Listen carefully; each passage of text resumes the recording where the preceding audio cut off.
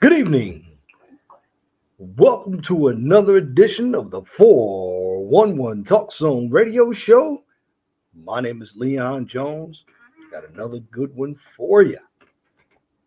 Tonight, I want to get into a season series I've been watching. Shout out to brother Men's Daily, brother G.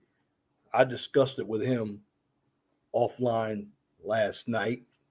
We'll talk about the show The Shy. If anybody's familiar with that show, it was a show created by Lena Waithe out of Chicago. And I've critiqued that show. Right now, I'm on season 3, episode 8. And it's a good show. However, you see a lot of things on that show when it comes to black people. Now, what do I mean?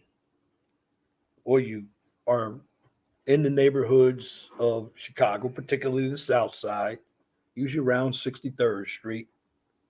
Anybody from Chicago knows where that street is. And if you're from Chicago and if you watch The Shy, I want your input because that's another television program that influences people's lives. See, a lot of us live these lives because of social media, what we see on TV, what we hear in school. But The Shy is something that if you hadn't seen it, you're not going to understand it. And the reason why I told some people watch it because it actually depicts about the societal problems that are happening today, particularly in the African American community. Again, I've already put the chats out. Like, share, and subscribe to the 401 Talk Zone radio show. And also like, share, and subscribe to the QCIS channel. On that channel, I'll give you a daily dose of science, technology, engineering, and of course, math. Now, again, in the movement, in the season series, The Shy, what I see is the women look like they're the ones who have all the answers, and the men are the weak ones. You have mama's boys, you have grown kids living at home, you have a lesbian couple, you have gang activity, you have everything that you see in the hood. Shout out to you, brother Mel. Yeah, we will talk about the Johnny Depp victory also. I believe he got $15 million and his ex-wife got $2 million. So if you think about it, he had a plus $13 million. And again, that was another case that was in court where a woman thought she was going to win. Now, what does all this really mean? I'm talking about The Shy. Brother Mel brought up Johnny Depp. Well, what we have in America, we don't have an actual matriarchy, but it's a gynocracy. And guess what? A lot of men who are in power support it. Hey, what's going on, Men's Daily? Welcome to the chat. But you're going to see in The Shy a lot of the same things that we talk about here on YouTube. You're going to see narcissism, denial. You're going to see lies. In fact, if you really look at the black men on The Shy, the black men are pitiful. A number of the black men don't have jobs, don't have education. You even have youngsters who are in school cursing, having sex, vaping. You have everything that you see what's going on in real life. And shout out to you, brother Melly Mel. Actually, he won 10 million. Well, that's still a big chunk of change. Now, again, I wanted to make this show today to let everybody know if you're a man out there, you got to have your eyes open. Shout out to Sigma America, brother Guy King. He says more single mothers coming soon when abortion is not available. Facts. Brother Melly Mel, a victory for men. Well, we're going to need a hell of a lot more victories than that. I mean, you look at the shy and you'll find out what's going on in the shy. Brother Men's Daily, the Peter Pan and Wendy syndrome is on the shy show. And in fact, Brother Men's Daily, you got to come up because you're one of the ones I said, hey, watch the shy and you know what I'm talking about. Brother Sigma America says Amber Heard's net worth is not even 10 million. It's like the P Valley.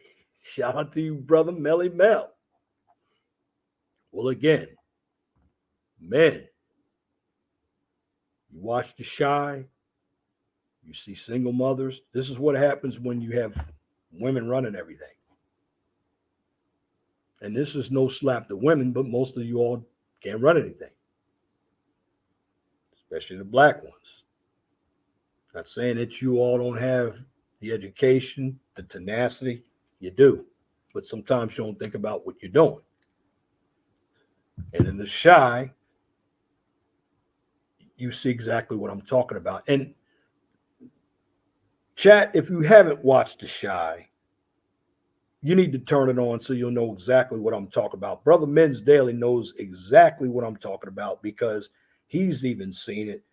Season 5 is getting ready to start June 22nd. And I'm going to keep watching that show because that show really depicts what's happening in the black community.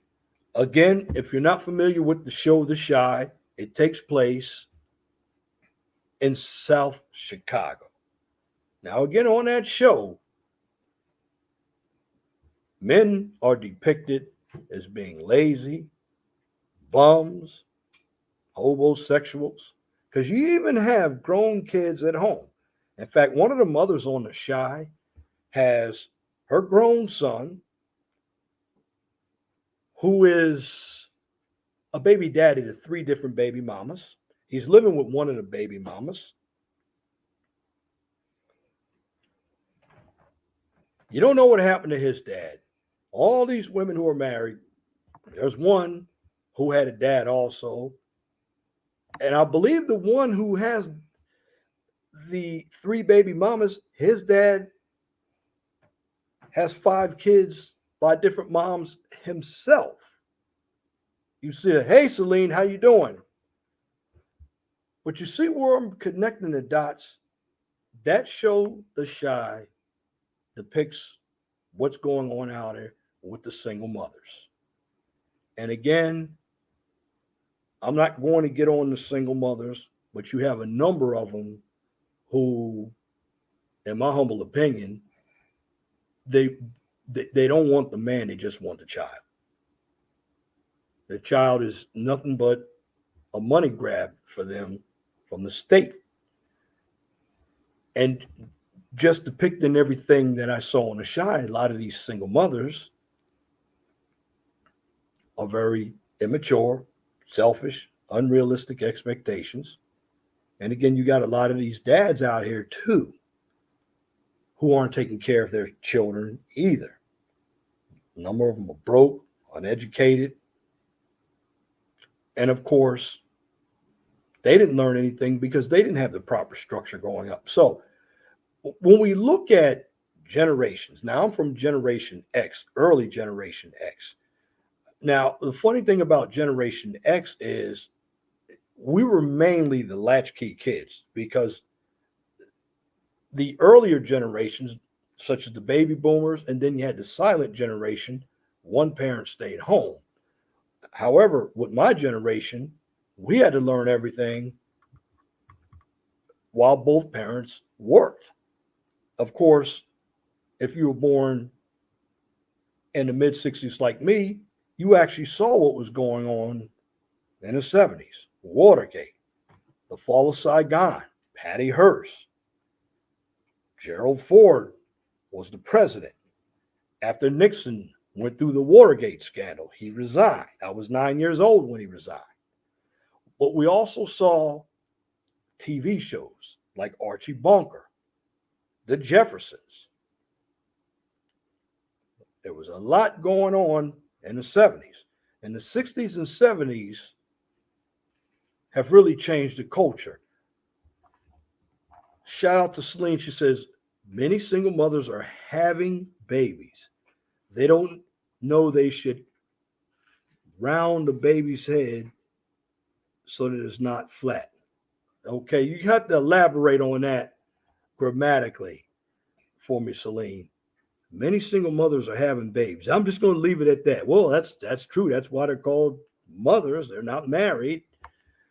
Uh, and if you look at this generation, and I'm going to say this, there is a gap in some of the generations. Now, for me, I don't think like the average Gen Xer. I listen to some of these millennials because they're the ones who know where to get the information from. And see, if I don't know something, I'm not going to speak about it, but I will ask and then I will read about it. And if I'm not sure, I will get an answer about it. So I'm not going to give you this, I'm going to call it false knowledge. In other words, I'm speaking from a intelligent point of view, but making no sense. I'm not going to do that. If I don't know a subject, I don't talk about it. Single mothers are so unprepared, they don't realize when they're holding a baby, they need to protect its head. Well, that's true when it comes to single mothers. And I'm looking for my brother Men's Daily to come on up here because he looked at some of my older videos and I talked about a number of them on these dating sites as well. And many of them are asking for the world, but yet they don't have anything to deliver themselves. Their lives are in pots. Their lives will never get better, a number of them. I don't care how much education you have. When you start off in poverty, you're always going to be impoverished unless you hit the lottery. And even if you hit the lottery, what's going to happen is you're not going to invest a lot of that money. You're going to end up spending that money, or you're going to give it away to some family members because they're going to come for your head, or they're going to come out of the woodworks and they're going to let you know how beautiful you are when you have that money. But when you didn't have that money, you weren't anything to them. And a lot of these families, they're also bring up poor children. Now, let me go back to the Shy again, because the Shy has a lot of children who are cursing. They're questioning their parents. Now, there's one kid, he's a preacher's son. He's got a little bit more discipline, but you have another kid who's got a sister. He also has a mother. The mother's married to a woman. Now, if you think about being in that house with all those women and you're a guy, how would you honestly how would you honestly stand that situation? All of the estrogen going around, and you're a guy, you're not going to have any say. And see, a lot of these women on the Shy believe they have the right answers, and they don't. They don't have any respect for the men. Now, again, I'm not saying all black women are like that, but a number of them are. And the Shy will depict to you how they are. You had a grandmother, she just passed away on that show. she was cursing. And you think about a lot of us where we get our cursing from. I try not to curse. And shout out to my mom. I love my mom. She's still living. But my mom used to have a nasty mouth. She did. We got it from her.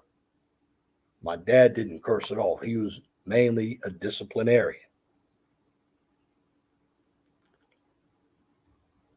But I'm bringing up The Shy because The Shy is a TV show that a number of black people are going to watch. And I'm going to tell you, they're going to end up living their lives like The Shy. And, and, and, and that's what I'm posing to you. I've already got 6 votes already. Do some people live their lives based on what they see on television? Just 6 votes in, I have 100% yes and no's. Nobody has voted against that yet. Again, I'll drop the links. If you want to come up, you want to discuss the topics, because yes, there's the Peter Pan syndrome. In The Shy again, I see the Peter Pan syndrome. There's the Wendy syndrome. Now, if you're not familiar with the Peter Pan syndrome or the Wendy syndrome, I'm going to give it to you right now. And in both of those syndromes, basically, you might as well say that they're lock, step, and barrel in there with the failure to launch syndrome. Because these days, and it also happened in the past too, if you allow your children to live in your house with you, because there's already one incident where a grown son and his girlfriend and the baby were living in their mother's house, and their mother said, "You can live here for 2 months." Now, I knew that was a wrong idea. Yes, as a mother, you want to do the right thing, but the kids are going to take advantage of you. And I already called it out. The episode that I'm watching tonight, the son needed till the end of the year. And of course, you already know the mother is going to say yes. And this is how children end up staying at home forever. Because all these family situations that I'm talking to you about on The Shy, there's no responsible man involved at all. Are there men? Yes. But the men, they're bums. They don't care about their lives. I don't care how much Jesus you have in you. Jesus is the King of all kings. But you got to practice the principles. And just because you preach behind the pulpit, it doesn't make you God. Now, again, I dropped the link. Anybody want to join me in this chat? Because if you guys don't want to join me, I'm not going to keep this live on all night, because I'm going to finish watching The Shy. I apologize for not being up here last night. I had another engagement to attend to. So I am making it tonight. I normally don't stream on Thursday. I don't know if Brother Nate is streaming, but I want everybody to get the likes up. I mean, I'm not asking for the Cash App. Get the subscribers up. Get me to 2,100 subscribers, please. Let everybody know that my content is just as good as theirs, if not better. It's well researched. But moving on. I'm bringing in The Shy because that's a television program that a number of black people are going to watch. Now, in the past, most black women watched Tyler Perry. Well, I got my first one up. What's going on, brother Matt? Yo, what's happening, man? Hey, What's going welcome to on? the. Well, hey, man, we got a good one tonight. Also, Men's Daily be coming up. Have you watched this show? Brother Men's Daily is watching. Brother Matt, you got to watch it. And Shout out to your video, brother. You went there to get a pedicure. Good gracious. Wow. Wow. Gotta take care of your feet, man, you know? Yeah, I know that. But yeah, I might end up heading there myself. Brother man, have you seen this season series called The Shy? If you hadn't, brother, you got to watch it. Man, I wish you'd watch it because this is the perfect show for you because The Shy, it's going to lead you into the single mother issue. It's going to lead you in everything that you and I have talked about since we've been on YouTube is on that program, The Shy. In fact, that program was created by Lena Waithe. And if you look at her, she looks like a straight up stud. Oh, And man. you got to watch it. That's why I was hoping more people saw it because I'm going to tie that show and talking about these single mothers now and some of these men out here because that show really depicts men as being homosexuals, lazy, derelicts, which they're bums, no education, and the women have all the answers. Now you know, brother Matt, you know, you know what I'm going to say on this and what you're going to say. They have all the answers coming from their own mind. But they're still asking fucking questions. Well, yes, and then they're also in a position where they have children, and guess what? The children are questioning them. Now, I know we were children ourselves. I was not even allowed to question anything that my parents told me because I Right. lived in that house under the rules. And see, on that show, brother, the women are running the households, and guess what? There's no order. Yeah, yeah. There's no order. Sounds like my baby mom's house. No Oh, order. yeah, no order. I might try to bring up a trailer. Brother Matt, you're probably a little bit more familiar with this technology than I am, but I'm gonna see if I can share it. Lord, YouTube, don't strike me for this. I'm gonna see if I can. The Shy. Just bear with me, audience. The Shy trailer, uh, trailer season one. I'm gonna try to share it, and you'll see exactly what I'm saying. I don't see why they would strike you for sharing some content of theirs that they have for the public. Yeah, But then again, yeah, it's YouTube. Anything's possible. yeah. Fair use. I'm just gonna yell fair use right now. You can you can probably hear it right now. I'm gonna go ahead and share it. Hold on for a moment. Here we go. I'm gonna share. All right. Fair use. Fair use. This is The Shy. This is the trailer coming from The Shy. I don't know if you can all see it. Hold on for a minute. Just bear with me.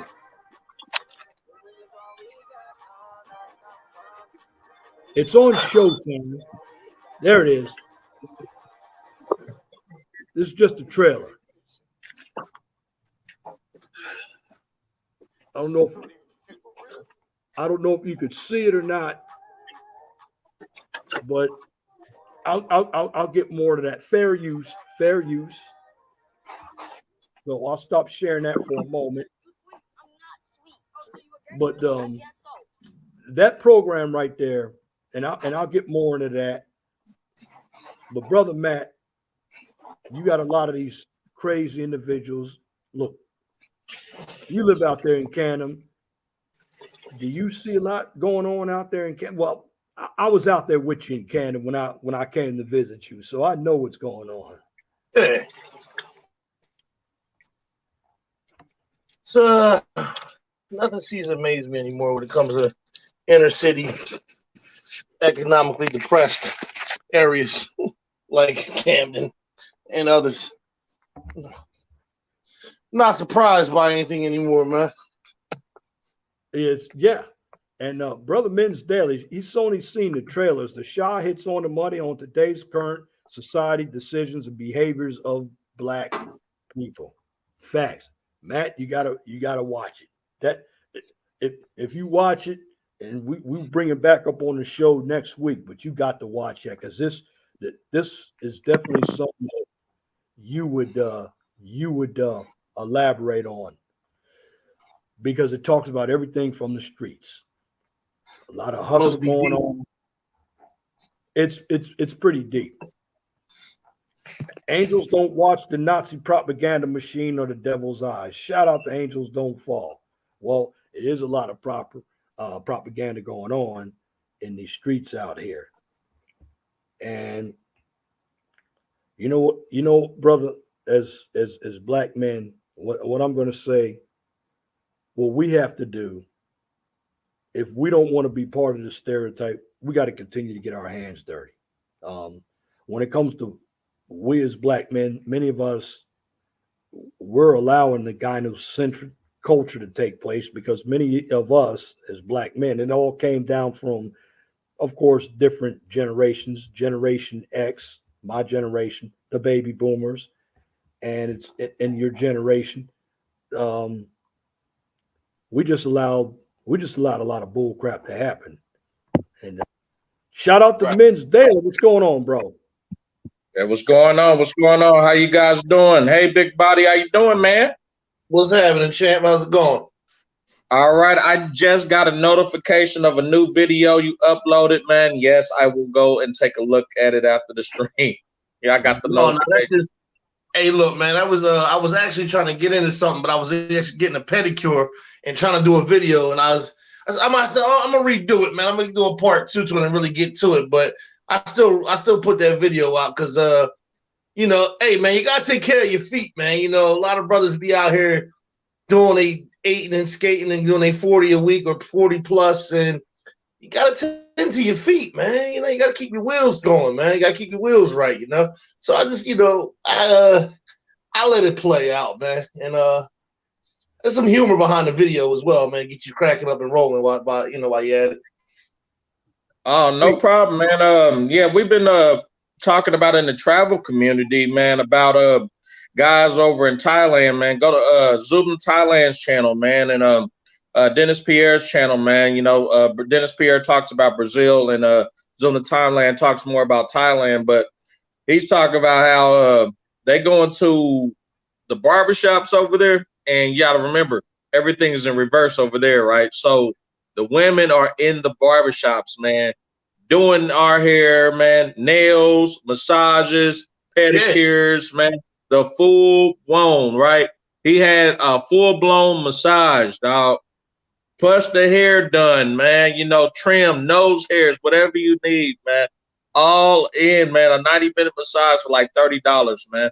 Where the hell you gonna find that shit at, man? Where you not gonna find that shit nowhere, man? Not here, you're Nah, not.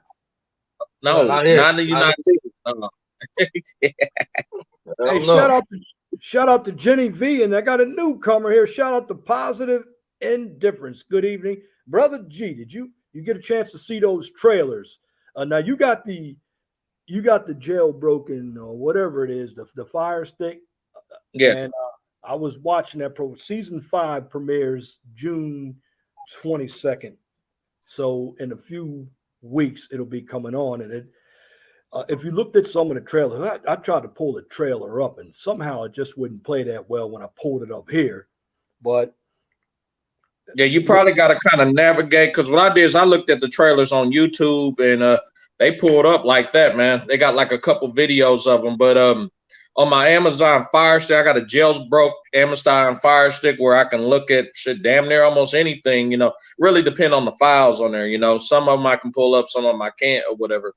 But when I looked at the trailer from season 5, I think season 1, and then I think season 2, from what I've seen, yeah, it hits right on the money of what the hell is going on today. It was like, have you seen, like I was telling 411 Big Body, have you seen the Boondocks before?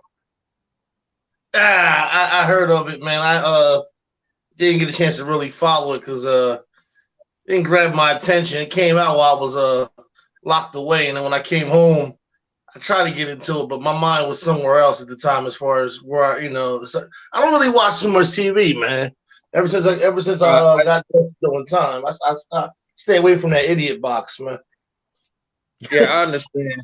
I understand. Yeah, if you see the Boondocks, you'll sit back and say, okay, a lot of stuff out of there relates to what 411's talking about in the cheat. Like, yeah, man, it does, man. It I don't want to spoil it for anybody, but if you've seen the Boondocks, man, then Man, go watch the team, and then you'll I gotta say, go okay, back and watch that after the after the shy. yeah, But telling you about the shy, which again, for everybody in the chat who just got into the chat, talking about a program that's on Showtime, Prime Video. Their trailers out about it. It's going on its fifth season, and it basically depicts Black culture. But here's what you need to know: the Black culture is exactly talked about based off of the ABW's perspective, where they have all the answers. The brothers are the bums. Some of them have jobs. What are the brothers doing? They're gang banging, killing each other. yes, yes, You even have yes, an episode again where you have a man, grown man, and his girlfriend and their baby living in their mom's house. And he said, I'm only going to be there 2 months. And I already know when you are requesting you're going to be in there 2 months, you might as well just stretch it out. The rubber band is going to get longer until it breaks. Tonight show, he said, I'm going to need to the end of the year. So we went from 2 months all the way to the end of the year. and she agreed to it too, didn't she? He agreed to it. Yeah.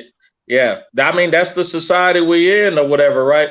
When you're in a society full of single moms, man, who pander to grown ass kids and pander to their bad behaviors and their bad decisions, right? It doesn't teach these adults, right? Young adults, thorough discipline on how to survive. That's where the father comes in. You understand?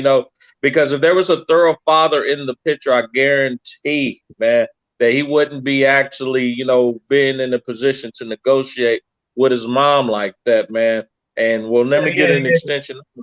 Not a dad. If there was a thorough dad there, the thorough dad would have told him right now, you need to get your shit. You need to roll. 2 months. Let's roll. He Yeah, probably man, wouldn't even I get. firmly agree with you on that, man. I firmly agree with you on that because a man is going to lay some fucking authority down, especially in his threshold as far as what's going on, and Yeah, it ain't gonna be all that pussyfooting around and motherfuckers talking back, and it ain't gonna be no bitch shit going on, pretty much. correct. Now, Correct. Yeah. speaking of You're that, just a real strong father. And when I tell you guys, when I talk about the fathers, right? I yes, broke it down. I broke it down in my one of my other ones, right? I was talking about the nice guy versus the thug or whatever, yes, and on one of my videos and everything. And I was talking about when it comes to the father, right? We're talking about a thoroughbred, 100% committed father. We're not talking about Uncle Dad. And what we came up with was Uncle Dad. Uncle Dad is the person, he pops by every other weekend or on holidays, or he comes by to smash, man. That's it. That's about it, man. Okay, that's Uncle Dad. And then you got the other father who gets treated like a piece of furniture, right? Where he's there at the house, we're going to say probably 12 hours out of the day, and he's only an ATM, or they see him in passing, and they get over on him. They fuck him over or whatever. He doesn't put down any structure, doesn't put his foot down. So he gets treated like a remote control or a cell phone, a piece of furniture or an object. The women don't respect him around there.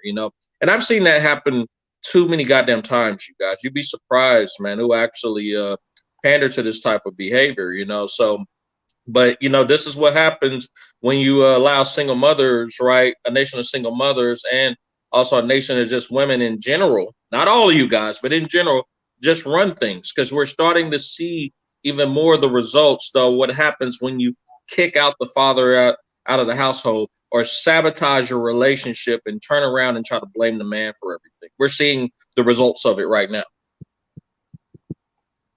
Yeah, I'm gonna try to share it. I'm gonna try to share my screen with you all. See if you all can see. Yeah, I Um, can see. I can oh, see. you can see? All right, fair use. I'm gonna. This is a trailer, one of the trailers in the shy.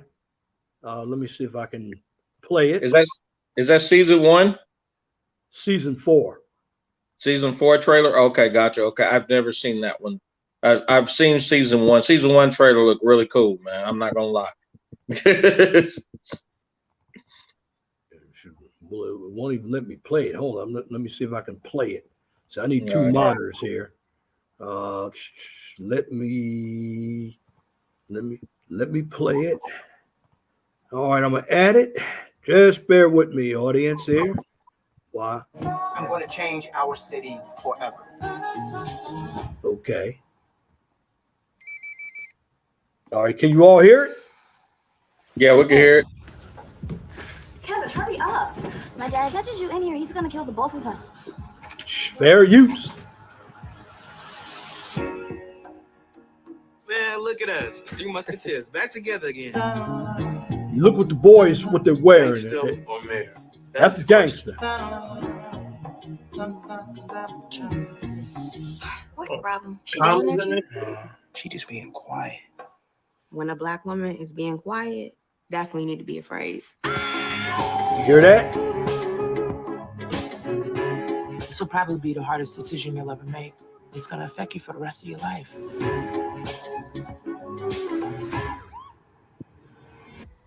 ID.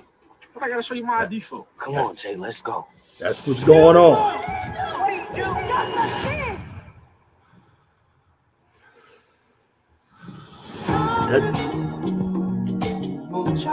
You wanna talk about it? That's part of it. Look at all these guys in here. You ain't gotta be strong all the time, bro. Gangsters, nothing going on for themselves. Fair use. Fair use. Cops harass us every day, but if you keep talking about it, maybe it won't happen as much. Go out. I ain't scared to die. There's a war going on outside. The police department is on one side and the black community is on the other. Mm-hmm. And right now, the black community is losing. It is time to do something differently. That's the gangster who's running for mayor. He's the one that Today, I'm owns. going to change That's our him. city forever. Gangbanger.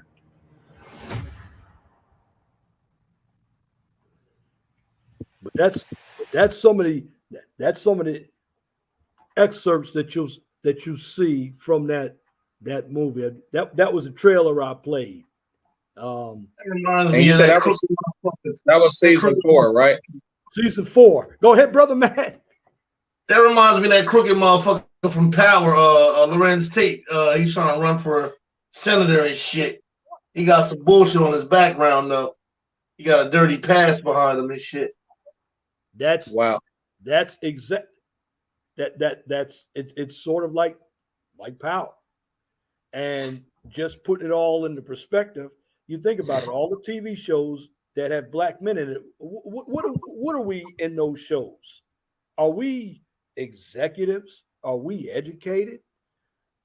Are we in an arena where we actually have power, or we just have power over where we live because the individuals who don't have power are broke?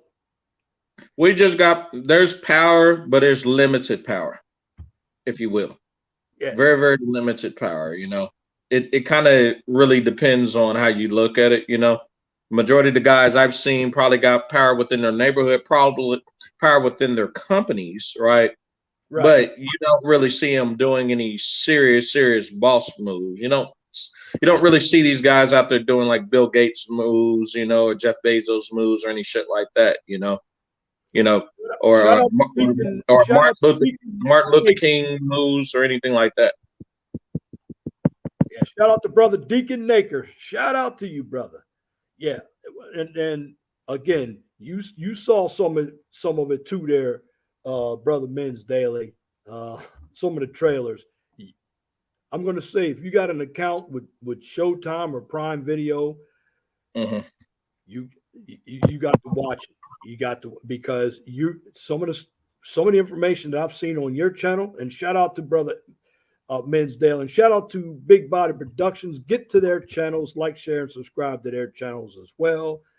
Get their subscriber count up. They got good content, but everything that you depicted on your channel, single mothers, what we talk about, it's in that program.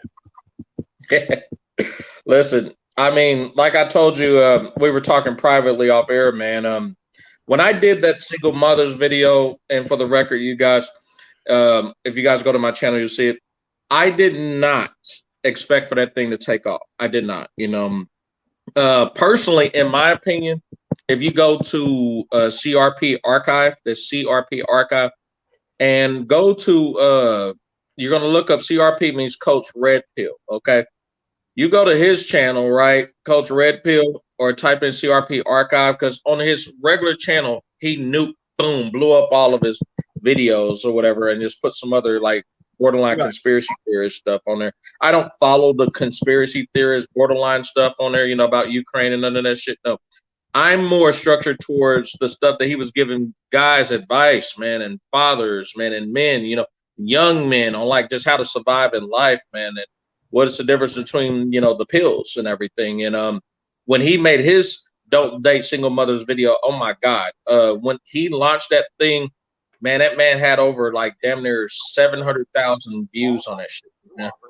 And I seen that, man. I just kept playing it and playing it and playing it, man. And he was like hitting so much on the money, it was crazy. This was like 3-4 years ago. I was listening to that shit, man, and he hit right on the damn money. And then, of course, for telling the truth on YouTube, you get demonetized. He was one of the kings of getting demonetized, so he had to carry a lot of his what we call naked content over to Patreon, and you know where Patreon goes with that shit. So yeah. Oh, I know where Patreon goes. Now I don't have a Patreon, but I'm gonna. This is fair use. I'm gonna see if I can play this one. This is one of the videos. Might not be able to play it for some reason. It's very hard to play it when it's somebody like Big Body and who's a little bit more technically friendly here. Hold on for a minute. Just want you guys to understand what's going on out here with some of this TV stuff too, because there are a lot of us who believe what they see on TV. And if you believe what you see on TV, that's also going to corrupt your mind as well. Let me see. Let me put it up on. All right. Fair use. Fair use. Okay. What season is this? Season 1. Okay, got you. This is the one I seen yesterday. Yeah, for some reason it's not playing up here, but it's a lot going on out here. It's a lot going on, and the men on this show, I think they're very weak. They're very weak. And I'm gonna tell you how I know they're very, very weak. Look at how the men are dressed, their hairstyles, everything. Tight, skinny jeans. The men talk tough, but they're very feminine. These are what you see is a bunch of middle school kids, and they're talking, having sex, and they're cursing, talking back to their parents, and they think they have all the answers as well. But in the long run, these are kids that are going to be hurt out here because you might be important to your neighborhood on the south side of Chicago or in Canton or in Indianapolis or Milwaukee or Baltimore, but you go into the wrong side of town where you're not wanted. Well, other people aren't going to take too kindly of your mischievous behavior. That's how it is. That's how it is, man. But you know, I say, man, if I listen lately, I found it weird because, like back in our day, okay, when we sag, it was always baggy pants and stuff like that. These guys out here got ass type pants, man, sagging their pants. Oh my god, I'm like seeing this shit, man, and it's like so it's like they cannot see the fact, man, of how feminine that they look. They can't see that shit. They can't. Motherfuckers gay, man. They gay. I They just don't know it yet. understand that. They You gay, know, bro. brother Matt, They brother, fucking faggots. They just don't. Either they don't know or they know it and don't care, man. somebody Yeah, else. he said they don't know. They don't care. Somebody else has been watching. Brother Abdullah, yes, the first season seemed like The Wire in Chicago. Yeah, the Wire actually took place in Baltimore, but then, that's true, they pulled an LGBTQ bait and switch. Absolutely, because the creator of it, guess what? Lena Waithe, she looks like a dude. Straight up stud. So the stud is the director or the producer or creator. He's the one who created the show. You look up Lena Waithe, Waithe. Wow. Man. These weirdos is making a fucking breakthrough on these TV shows, like that other fucking weirdo. Was it Lee Daniels? Yeah, lead that, and that's right. Demasculating men. That's true, Jenny V. Hey, man, got motherfucking fat niggas over there sucking each other's face on Empire and shit. I want to see this shit, man. Wow, for real? Yeah. You never seen Empire, man? Wow. Man, I don't watch shows like that. I mean, I remember when it first came out, but there was like females out of woodworks, man, watching. Oh, did you see episode 3, episode 4? I mean, all that other shit or whatever. You know, they were like all over. And after that, I haven't heard from it. And now this is like my first time hearing about it in like 2 years. So, There he is. Kevin There he is, Mr. brother. Devin. What's going on? How y'all brothers doing, man? How y'all What's doing? going on, man? We talked about this show. I don't know if you've seen it, brother. I know you're in LA. Tommy Jean got me watching The Shy. And, you know, I've been breaking down, going on the 5th season, and it talks about everything that we've basically delivered on YouTube. The single mothers. If you look at you got to watch it. The men, very emasculated. They got a lot of mouth. Many of them, the gangsters. The gangsters. Yeah. You look at the hairstyles of some of these men. You look. He said, "Look at the hairstyle." The thing is, man, we like 2 or 3 generations down the road in the single mom domain, and so now we're seeing these children that are the children, the sons and the grandsons of single moms and single grandmas. In some cases.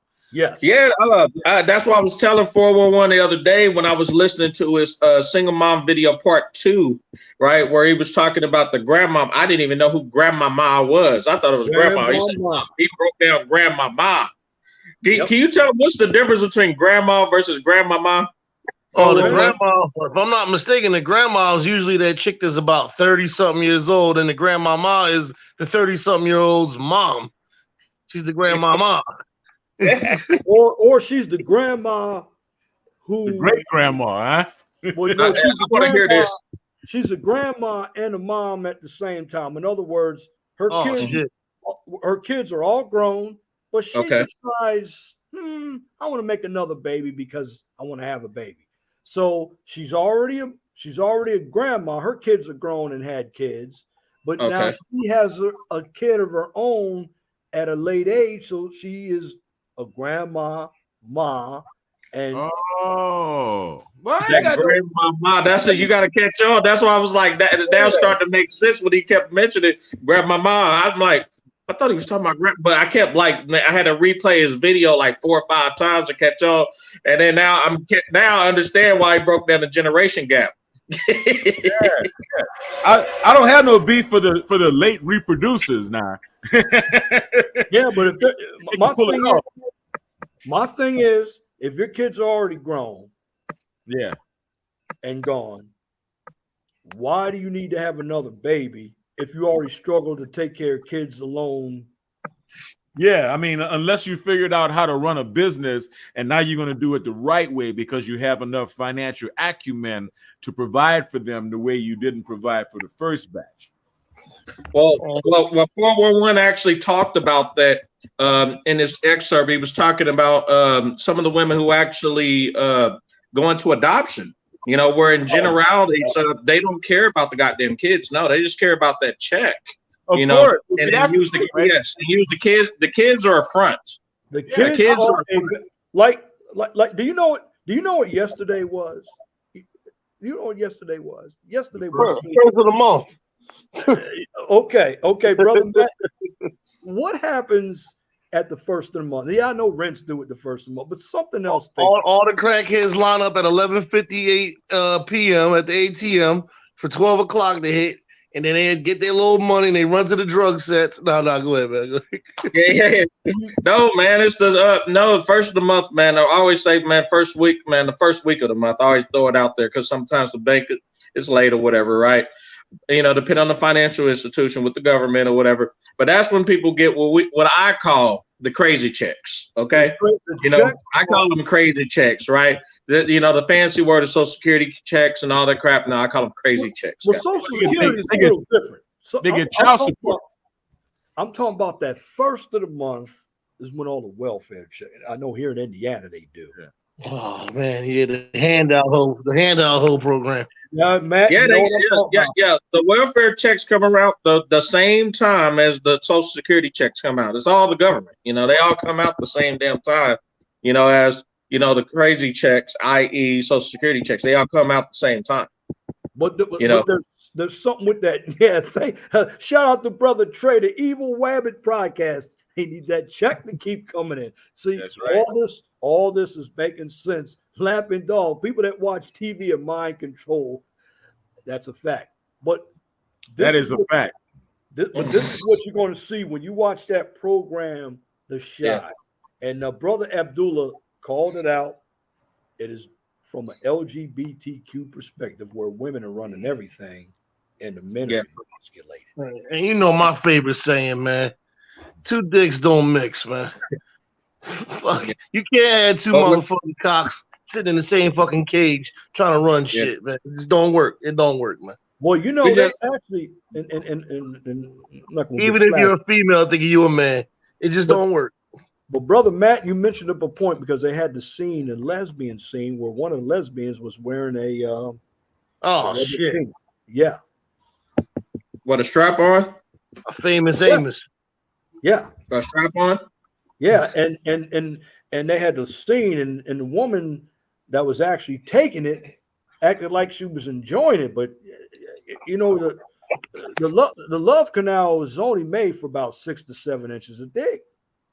It's true. You know, you got guys up there thinking. Oh my God, man! Yeah, you about. Yeah, you're about. Let's just be honest, man. You can bust the back door, but there's my God, man. He's breaking down some good math today, man. I never really do the number of that, but since he said it, I think he's right. I think he's on to something, man. Yeah, he called it he even called it a canal. Yeah, I'm like, damn. I'm learning shit. Called the tunnel of love, but you know, to each his own. Mr. Lockett, do you call it a canal too? Not yet, but I will now.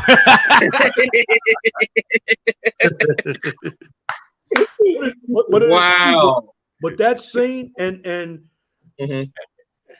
some of these women, you know, they got guns, they act tough. Now, believe it or not, there was one situation in that show where a guy's brother died. His name was Reg.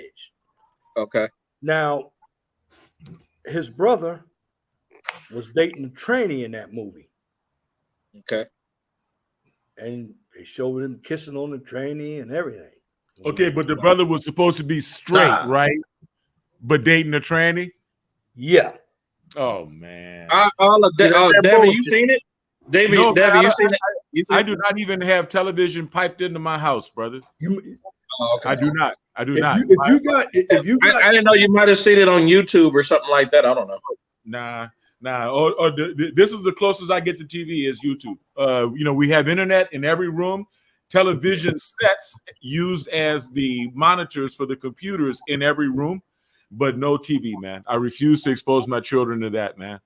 any of that. That agenda has just gotten sick, man. It's gone too far. I mean, we're in a generation, you guys, where in North America, particularly in what I call westernized, feminized countries, okay, we talk about this in the passport movement, that they are really highly promoting gender switching, man. They're like really pushing this stuff heavy. Like here in our city in Kansas City, I was sitting up here, man, and I was watching I think I was watching something, man, like today, man. I was just passing by or whatever, right? And there was this big sign that said, man, no, I think it was Netflix or something. I don't know. And it said, watch with pride or something, not Netflix. It was some other program. And it said, watch with pride, right? Or whatever, right? Yeah. And it had like little kids on there and all these goddamn rainbows and shit like that or whatever, right? And it had like LGBTQ, RS, TUV, WX, Y, and Z. You know, I mean, and it's like really, really designed, man, to really fuck these kids up, man. It's just really sad. Totally designed, man. It's not the fact that it's the thing is they're pushing it on the kids, but not allowing them to make the choice as they're being adults. Well, and as they push it on their kids are going to try to push it on our kids, because you know their kids are going to end up being friends with our kids or associates with our kids. Yeah, they're normalizing it. They're socially normalizing it. And the thing is, right, they follow a lifestyle that cannot reproduce. So they have to recruit. They have to recruit aggressively all the time. Correct. And what's the best way to recruit? Start them when they're young. Just like in start them when they're young. Just like, okay, and you guys from California, y'all know about the gangs out there too, right? The best way to recruit the kids is when they're young, man. You know, if you want to go ahead and teach them how to do all types of things out there in the street or whatever, right? To prove their stripes and prove their rights or whatever, you know. I mean, here in Kansas City, they had gangs at the time or whatever, but now, man, it's getting really aggressive. They are really pushing, man, gender switching like hardcore 411. I'm telling you, man, they're pushing it hard, man. Oh my God. That's why I brought up that movie, The Chi, because everything that we're talking about is in that movie. You got your trainees, you got your Negroes in there look like bums. I mean, you had one on there who's a drunk. He's drinking a lot of liquor. You got the pastor on there. It's I brought it up because that's a show that it really, like Brother Abdullah said, from LGBTQ bait and switch, it's basically promoting womanism as well. Like they're in charge of everything, and you see what happens in the community when they're in charge, because there you have the women who have the support groups. It's full of technology. It's technology. You know what I mean? Right. But the men's element. Think about this. The men aren't making honest money. They're criminals. Right. And they hide under a business like the guy that was running. You saw him running for mayor. He owns a pizza joint, but he's a criminal. In that movie, he's a member of the 63rd, which is a gang off the 63rd Street in Chicago, which I've been to Chicago. So you go on the south side of Chicago, it's just like any other place. It's just like south side of Baltimore, south side of DC. But the men, they don't have any authority. They're surrounded by nothing but women. I mean, one guy, his sister is trying to tell him about the game when she doesn't know about the game. Yeah. Yeah, it's a society of fucked upness, fuckery, decadence. I mean, we can, oh my God, we can kind of go on and on and on about this shit or whatever, right? And we got to the point in the passport movement, we started talking about this, on the panel, and we were like, it's getting to the point now that we started saying, hey, listen, stop complaining about these women out here, man. And let's start talking about these beautiful women over there in Brazil, man, and Thailand, and how to get these guys these passports, how to get these guys up out of the situation. What can we do to create, future income, or have you become what we call a digital nomad, because apparently we're in a generation where they have no intention of changing. They're very, very comfortable with this type of dynamic that we have going on today. You know, it's really sad. Yeah, you gotta cut them loose at this point, because you're not going to live forever. And if you want to have enough time to have a functional family, you're going to have to start with a woman that's going to respect you, and you might have to find her where you find her. You know? Bro, that just goes back to what I was saying to you the other day, brother Leon. I left you a message. Yeah. I mean, what's the chance of you? What's the chance of you finding a solid, honest woman that can respect you and that really wants you for you? Because a lot of these women out here, man, they looking for help. They ain't looking for love. They're looking for a nigga to take care of them, man. But even the ones that need the help, still try to run a game on the man who can help them. Well, that's the game right there. That's the game they running. The game is they using it as they give a fuck about you, but really, in all actuality, they trying to see how far they can get ahead over you, with you, at your expense. And that's why we encourage these guys. We encourage these guys, man, to go your own way, man. MGTOW, man. Go your own way. I'm telling you this shit for real. I know you want to get a piece of ass. I know you want to get a piece of pussy and sex like that from time to time. I understand that, man. I understand. But if you don't have no kids, if you don't have any job responsibilities, ties, marriage, or any of that crap, man, grab that passport, get your money together, get the hell out of here, man. There's a total, listen, the world, I tell these guys, man, a lot of these guys are young or they never traveled. They don't understand this. The world thinks totally different than here in the United States, man. You go over there to Brazil or Colombia or the United Kingdom. I mean, not United Kingdom, fuck them, no. Eastern Europe, man, or whatever, right? Or Nairobi, man, in Africa, whatever. You're going to see that the women, they're totally different. It's a totally different animal, man. You're not dealing with somebody who's trying to use you or get over you or trying to intentionally have you get her pregnant so she can milk you for cash. Because like I tell these people, the governments in these other countries are not set up to spoil and back up women like they are here. They're not set up like that.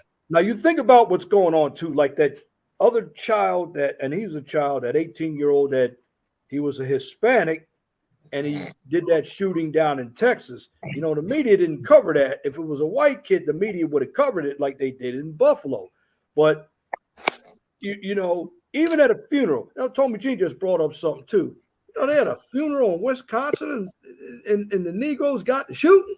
Because I remember in Chicago they had that. So even when you're at a funeral, sending somebody off to cross over, you got to duck.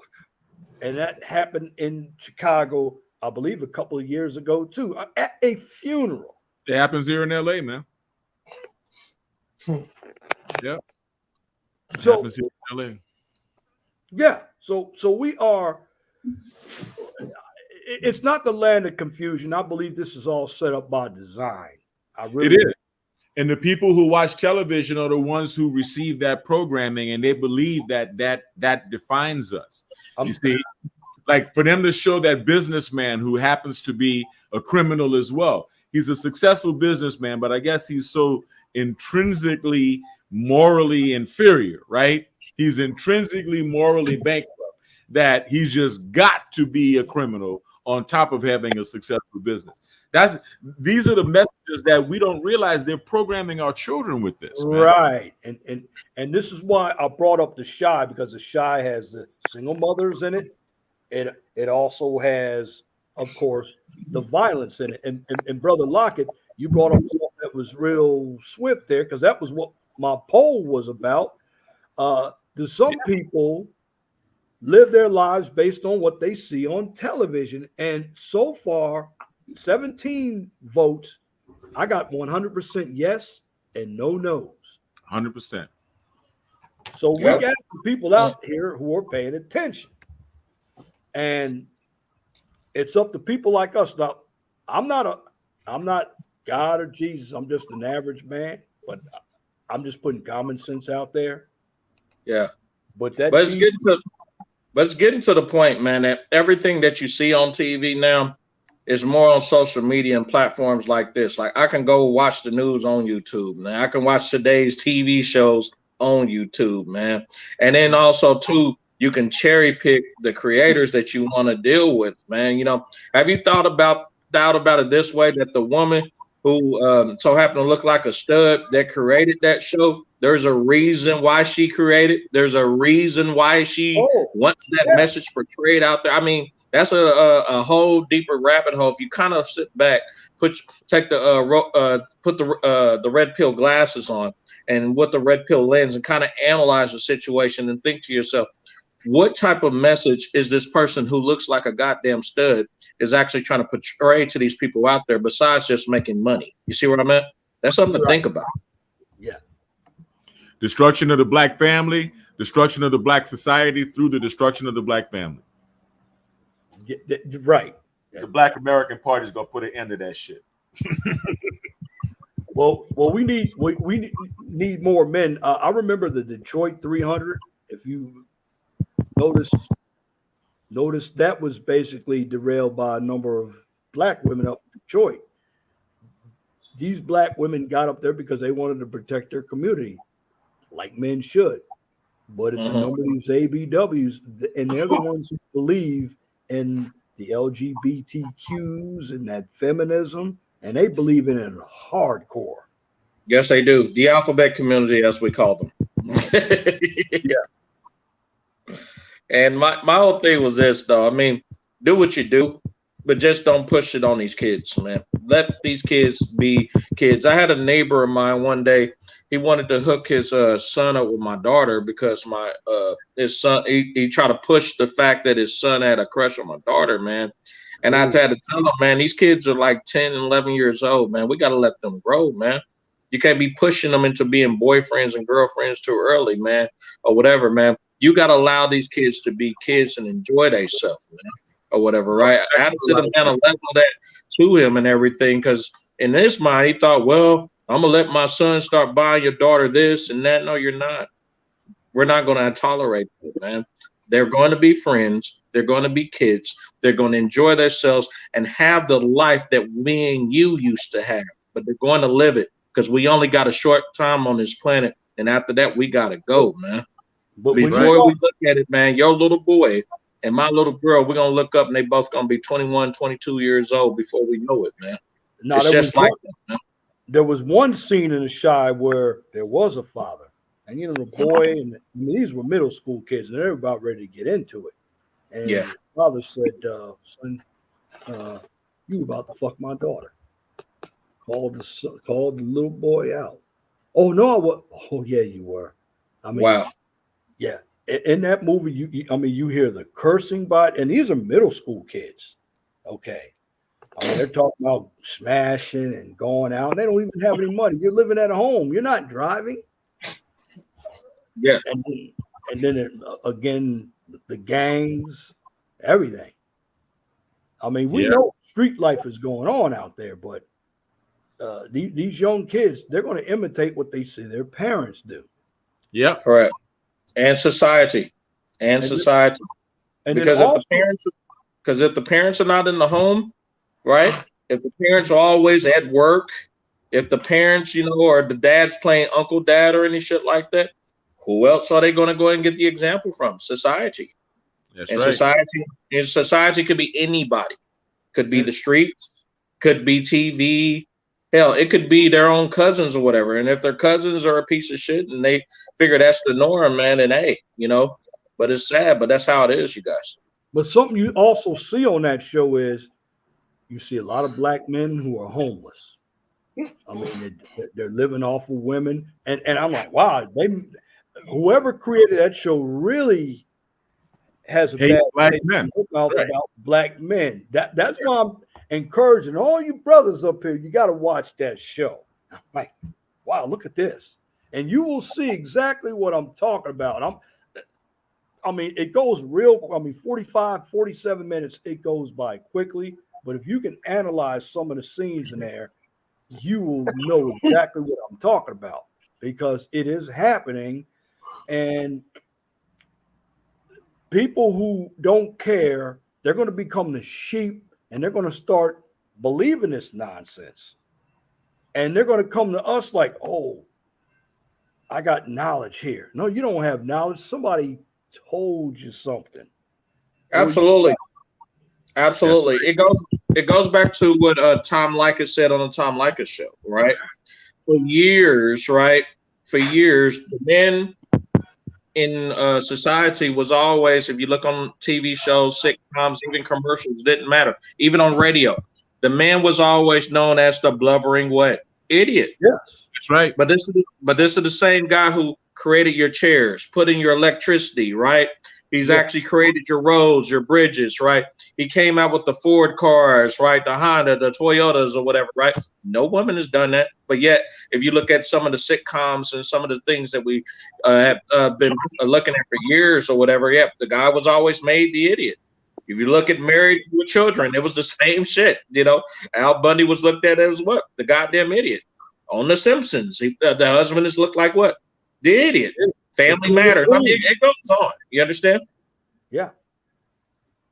And that TV, Sex in the City. I remember when that came on in the 90s. Living Single. Murphy Brown with Candace Bergman. That was the show that came on when she wow, was. He went way back with Murphy Brown. That was back when I was a kid. well, you know, but the 90s, the 60s was a haven for these social movements. However, it takes long for something to grow, and then it hit the 90s. And this is when you started seeing the destruction. Now, the 80s had the AIDS and the crack epidemic. And now you look at the 2000s and the 2010s. You look at the women and the men. I mean, the black men on the shy, talk tough, but they're emasculated. I mean, really weak. Wow. I mean, mama's boys. And that's what happens when you have women raise the community.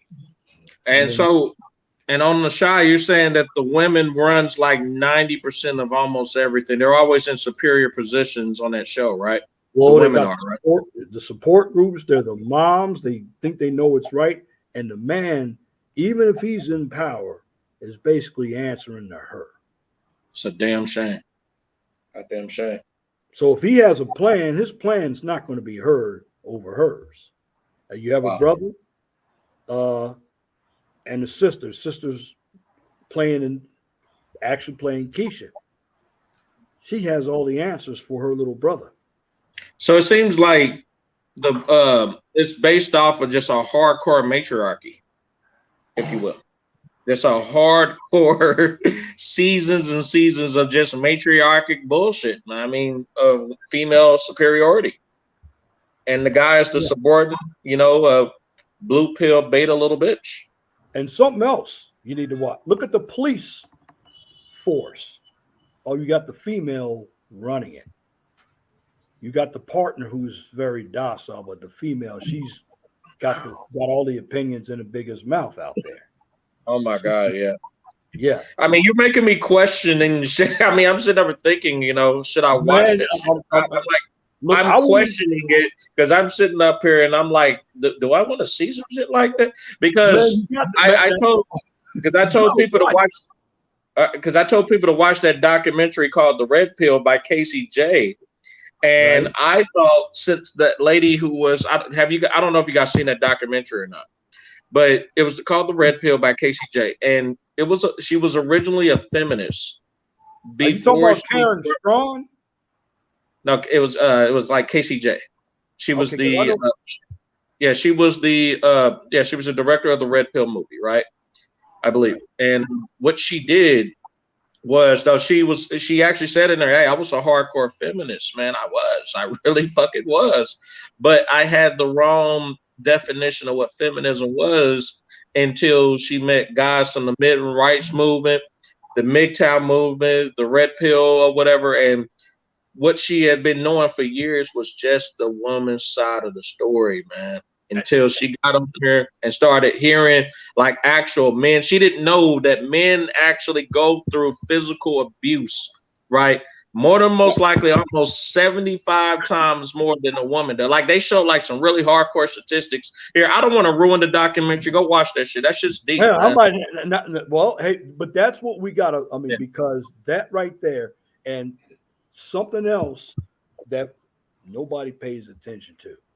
And what's When that? when the let's say the show ends, Okay. look at the credits. Who was the producer of that show? Look at the creator. Who directed that show? Because the show had women directors, it had women writers. Look who look who's in there writing all that information. Right. And because there was one guy, and I don't know why he was fired, but I liked him. He was actually a cook, and all of a sudden he got let go. I guess he was doing something in. He played Brandon on the Shy, so he abruptly got killed off the show because he was filming something else on Netflix, and maybe he didn't want to play in that emasculated role, black man. He didn't want to do that. That might be a good point, but who knows?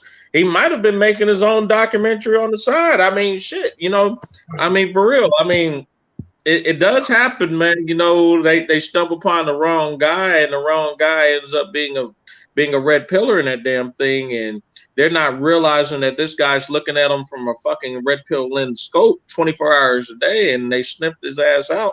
So, I mean, for being honest, so yeah, that could be the truth.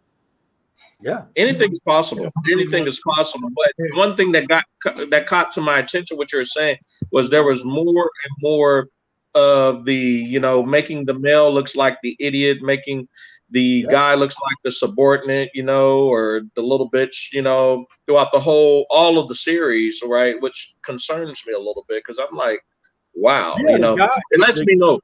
You had the guy. Here are the guys. They were the homeless, but they were derelicts, bums. They had many baby mamas, irresponsible. Yeah. They had, even when they got a job, hey, you had the baby mamas meeting up together, trying to find out how much money this guy made so they can get child support. And even when the guy was doing what he was supposed to do, it was never enough. The woman was always verbally abusing him. So, I believe the message that director lady, the stud, what she was trying to put out there, man, was men ain't shit, and these women will always be on top. So if there's a younger generation watching that shit, then they can take it and run with it and say, well, what I learned was men ain't shit, all right, but these women will always run shit and be on top. And they're going to carry that shit on for generations and generations and generations to come. Well, even with the lesbian couple in there, the lesbian woman was trying to be rational, but the straight mom wasn't even listening to the lesbian woman. So it's just like the show I talked about last week called Smothered, where you have mother and daughter, and they're basically sister daughter, and they're going out together, trying to get the same types of men, and and this is what I'm telling you about the grown kids. Why you got to watch them too. You see, if you actually get involved with a number of these women who don't want to move away from their parents, because they may want to move into a different house, they don't want to be away from their mama. Like, say you bring them to another state, they won't do that because they want to be near their family. So when there's problems, they can go run to their family, and the family, regardless of the facts, they're always going to take up for their child or children. And there's where you got this is where you got the Wendy syndrome and the Peter Pan syndrome. These are individuals that have never grown up, and they never will grow up. This is why I brought that out on my videos, because I'm seeing it. I mean, you have a conversation, you know you're making good sense, but this person doesn't want to hear what you got to say, because number one, they can't combat what you're saying, and if they do, it's going to be insulting, it's going to be shaming, because they can't counteract or combat what you're saying. And you really got to listen to people based on how they move. And that's why if you look at the Shy, you'll find out how people really are moving in the movie industry, because they're actually promoting that LGBTQ, and that you might end up a few years down the road with that P. That P is coming to your theater near you, if you know what it stands for, because it's already in California where a 24-year-old now can have relations with a 14-year-old. It's already in California. Wow. Yeah. Yeah. I believe. Wow. So you have a number of these politicians up there. Hey, again, I'm going to say it one more time. Get your passport. If you don't have any kids, any responsibilities or anything like that, and start traveling, man. Start traveling to go. See? He's learned. He has learned. He has gold in his hand. I hope y'all taking notes from Brother Hey, I got Lockett, one man. too. I got Brother mine Lockett sitting in is the not truck. playing. I hope y'all take notes out there. I got I my. hope I y'all paid take $130 notes. for mine. I got mine too. It's sitting in the truck. The same book that Brother Get Lock. the card too. I never got the card. Get the card too, just in case you don't have the other one on you. The card is good if you want to go to Canada or Mexico or something like that, or probably the other. You know, But I mean, in a pinch, it works as ID, right? right. So you could be in any country, if you're required to show your ID back. Y'all gonna be in a situation where you are gonna sit up here and you're gonna be thanking me and Mr. Lockett for warning y'all. Okay, y'all gonna be in a situation and you're gonna be like, it's too fucked up, man, or whatever. And then the government said, well, does something stupid, like, hey, we're not gonna be able to allow you to do this. We're not gonna be able to allow you to do that. You should be in a position where shit hits the fan. You should be able to get the hell out of Dodge. No, take your income, make sure your income is continuously coming in here, and you can get the hell out of Dodge. Use the passport and your citizenship here and the United States dollar to your advantage, man, to other parts of the world. Because other parts of the world is not doing this shit, man. You don't see no. Listen, I was listening to an article on Bowling for Columbine. Remember, I told you on the last year I wrote a book, not a book. I'm sorry, I wrote a paper in college on Bowling for Columbine, on the Columbine shooting from the documentary of Michael Moore.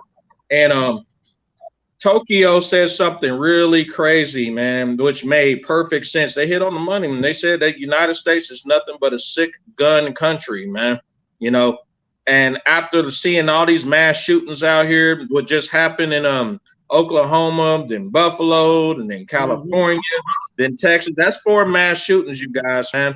And then on top of that, what happened here in Kansas City, they shot a pregnant woman, and a late video just got out. They were pressing a rumor that she didn't have any type of gun. Then they showed a new photo that she had a gun. And then on top of that, I go downtown today. This fucked my mind up, you guys. Hey. I went downtown, Tony and Jr. I was sent me that video, but so I was in your neck of the woods now, Kansas City. I was getting down, man. And what do you think happened, man? I was getting on this bus, and one of my partners came by saying, "What's up, GG?" I'm like, "Who are you?" He says, "Me, Sam." Half his face is blown off. He's in a wheelchair, and his leg is gone. I said, "What the hell happened to you, man? Last time I seen you was walking around and everything." And he said, "Man, somebody shot me, man, and damn near took my life and everything, man." And I'm like, "What happened, man?" I'm like, "Dude, no," because I went to school with this guy. It like scared the shit out of me today. I was like, "What the hell happened, man? Did you get into an accident? Caught at the wrong place, the wrong time?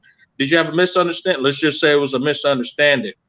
But the one thing I do know is that he did have a background of breaking in and entering. I do remember that, or whatever. His mother, before his mother passed away, she did tell me this. But the point is, after I seen that red pilled me to say, okay, look, man, I got to hurry up and get out of here faster. Okay, faster. Okay, faster. I got my daughters and I have mine. We're sitting right here. Faster. Shit. I'm telling you, man. I tell you what, brother. You want to get people to get that, brothers. I'm going to say this: if you want to get that passport, make sure you don't go out there and shoot your load all over the place. And because if you owe child support, they won't give you a passport. Oh, they'll do it. I told them that on not only my channel, right?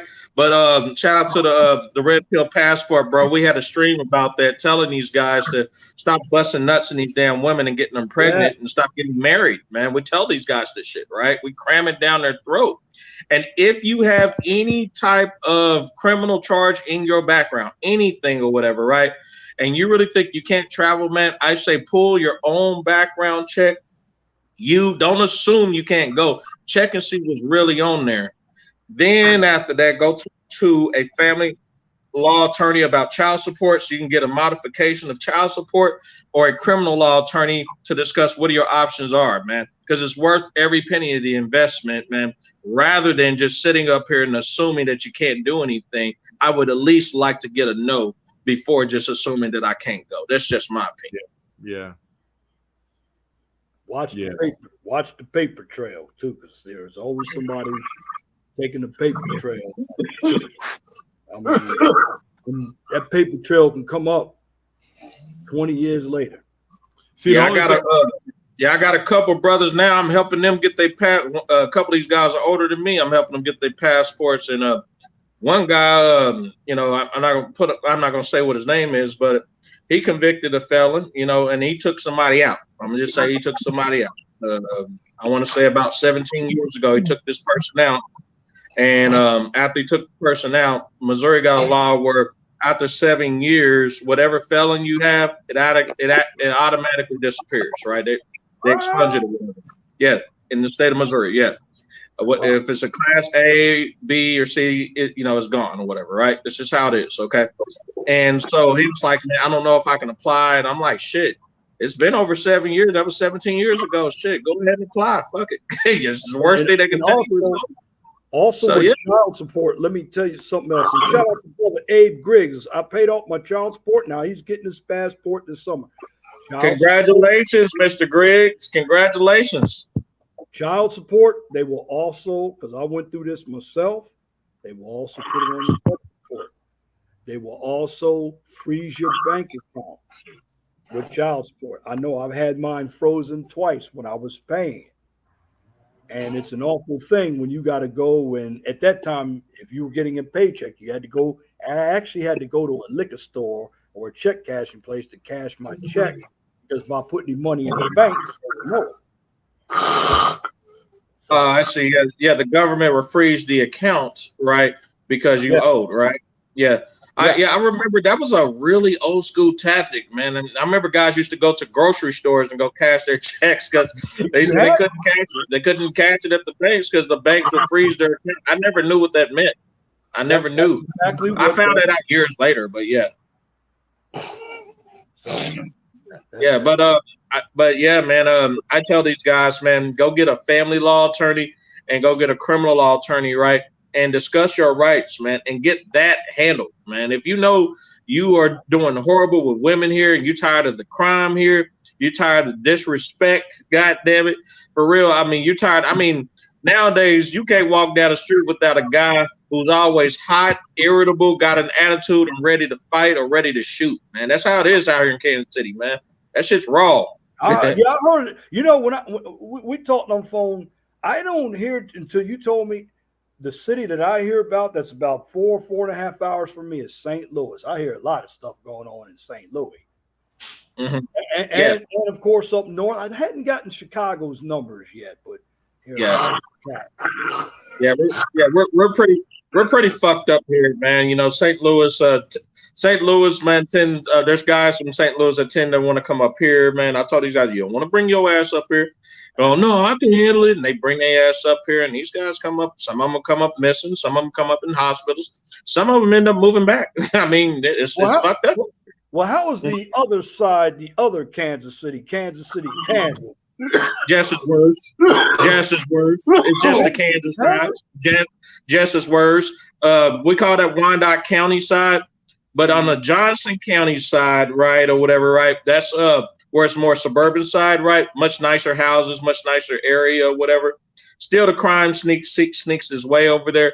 But all over the KCMO metro area on both the Missouri and the Kansas side, crime is fucked up, man. It is, man. like I told you, man, about the cops, man, mistaking that lady and shooting her, man, 5 times while she was pregnant. They I got that know. shit going on. I believe Yeah. it was in Kansas City where a 4-year-old boy was in his bed and he got shot. Did you hear about that? This was in Kansas City. How long ago? I believe it was 2 to 3 years ago we heard about that. Yeah, Because I had yeah, like I was saying on that other stream, I had a cousin, man, where his little boy, man, set up here and blew his, and little boy got the gun and blew his own face off.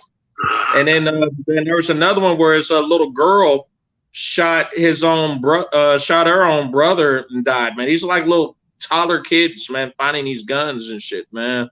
Well, like it's nuts.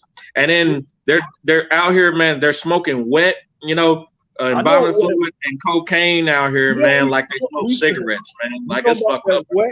That wet back in the days in Washington D.C. we used to call that love boat. Well, what it was, you took a cigarette. It's called what? Back in the 80s, we called that love boat. Pennsylvania, they called it wet. You took some marijuana and you laced it with some PCP or some embalming fluid. And then if you did not have that, they took a cigarette and put it in some embalming fluid and they called it a Sherman stick. Sherman. Yeah, that's what they still call it a Sherman. They still call it a Sherman stick, but they listen, man. And I'm telling you, Mr. Lockett, man, they smoke that shit out here, man, like regular cigarettes, man. Like you drinking water, like you breathing there. Yeah, that's how they smoke wet and do cocaine out here, man, or whatever. And I stayed a fuck away from those goddamn guys. I tried my best to. I do, man. At 2 miles an hour, shermed out. Man, I didn't even know they had shit. Wow. Look, man, they got so much wet out here, man. I'm gonna tell you a little secret, man. One day, this was about 4 years ago. One of my guys got off that goddamn cocaine and got the courage and shit and the wet and shit and told me that I owed him $100 that I gave to that man for free. I'm gonna say it again. He told me I owed him $100 that I gave to him for free. Okay. I'm gonna say he came to me talking crazy. I'm over there with the boys, minding my own business, and one thing lead to another. Let's just know, man, my knuckles, man, and shit, I haven't fought in years, but my knuckles were so dang on big, man, and I felt bad what I had to do to the man, but I did what I had to do. 6 guys had to get me off. I mean, it was bad, but the thing was, it told me right then and there to get my passport, man, and leave, because the guys you grew up with, man, you went to school with, man, they're not the same damn people anymore, man. These guys are out here on hardcore drugs and hardcore guns, man, and doing things out here that's going to harm not only themselves but other people because they're not thinking in their right mind, man. So, but that was part of the reason I got my passport, and then of course, the female nature shit, and we can go down that rabbit hole, but I got these. For both me and my daughter. And I tell these guys, I want to be around positive minded, uplifting people in my life. I don't have time for the drama, the bullshit, the arguments, you did this and they did that, or the guy who just got the need to be right. I don't want to be around that crap. I don't. Yeah, right. Well, you're dealing with a lot. Go ahead, brother Lockett. You're muted. You're muted. You're muted. We can't hear you. Sorry about that. Yeah, I said I was stationed in Spain, man, from 19 to 25 years old, man. And so I started off in the game overseas, and I guess I was spoiled. Because it never worked right with me with any American women, black or white. You know what I mean? Because I came of age as a sexual being in Europe, and it was in Spain in the 1980s. Even today, Spain isn't the same as it was in the 1980s. The only thing I'm really concerned about, brother, is that we are under a globalist takeover right now of our world, right? It's a globalist a globalist revolution, right? It's a top-down instead of a bottom-up revolution. It's a top-down revolution. And these suckers are trying to take over the entire planet, every corner of the planet. So they're going to try to play that jab stuff no matter where you go. They're going to try to play the mass stuff. They're going to try to play the V card. You know what I mean? So, I mean, yes, it is definitely greener pastures on the other side of the pond for us, always, always for black men. And we are respected, you know, not only by black women, by white women, by all women overseas. Oh Love yeah, and around the globe, around the love, globe. Yeah, respected. yeah. And I tell the guy, and I tell these guys time and time again, Mr. Lockett, right? I tell them again. I said that the women here, they got 95% of the advantage. They got hundreds and thousands of guys hitting them up on their emails, their message boxes, dating apps, social media, 24 hours a day, while you're in relationships with them, while Yep. you're having sex with them, while Yep. you're dating them, right? Okay. They're swiping But right if you all step day. out, go ahead. Mhm. They're swiping right all day. They got Yeah. niggas in the inbox every single day, and they're constantly, while you're trying to build a relationship with her, she's constantly measuring you off of some fool who swiped a picture online. Multiple foods. Multiple foods. They actually Multiple. believe that reflects their sexual marketplace value. They actually believe that Yes. because fools swipe right and inbox them and is ready to, drop a quick Yeah. load on that actually represents a man, a real man that's willing to be her man. Yes. Yeah. And that's why I made a video called The Purple Pill Man. Who is the Purple Pill Man and what is the Purple Pill Man? And I deep dive in those situations because there's a lot of guys out here that are fucked up. They're in these relationships and they say dumb shit like, well, my woman would never do nothing like that, or she's the one for me, or she would never cheat on me. And I tell these guys and that motherfucker, I say, you don't know what the hell that damn woman do it behind your back. You could be, there's women out here divorcing guys they've been together for 27 years, man, sabotaging their relationships for a guy they just met a couple hours ago, right?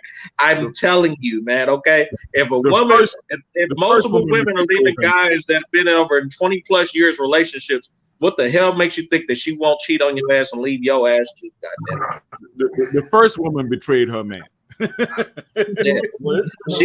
She's in a country where she know women got the advantage with the laws and men. I'm telling you. So when you get the passport, step outside the United States and Canada matrix. Everything is in what? Reverse. If you're just if out here you're just a regular 3 or 4 or 5 regular guy, you go out there, you're a 25 to those women on the 10 scale. Well, all because of the simple fact you're black, you speak English, you got United States dollars access, and you got the passport. That's it. That's all you gotta have. Well, when you go overseas, you will know your value. Yeah, something else that you forgot. These women got the simps on their side, and the simps are their brothers and their friends because they can start some trouble. Thank you.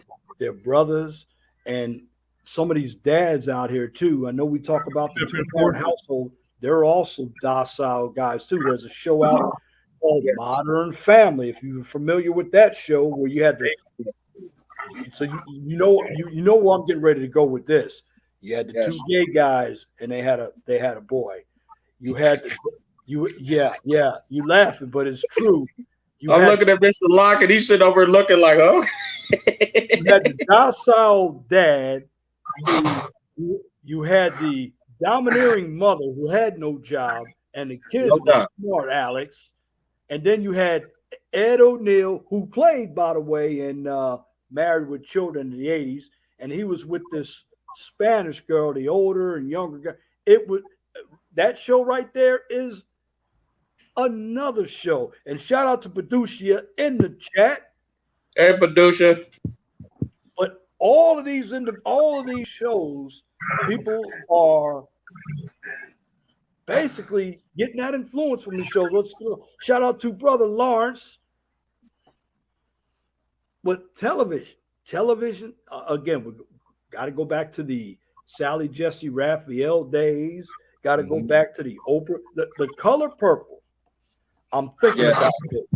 The Geraldo. Shot is another version of the color purple. It's a womanist point of view. Yeah. Yeah. And black women, a number of black women, they actually believe in that. Tyler Perry. Now there was one Tyler Perry that didn't make the cut, and me and brother Guy King saw that, and Homie Gene saw it. I forgot the name of it, but it was back in 2017. I saw it. Acrimony. That was the name of it. Acrimony. You talking about red? I think I seen that, man. With that crazy bitch in that motherfucker. Yeah.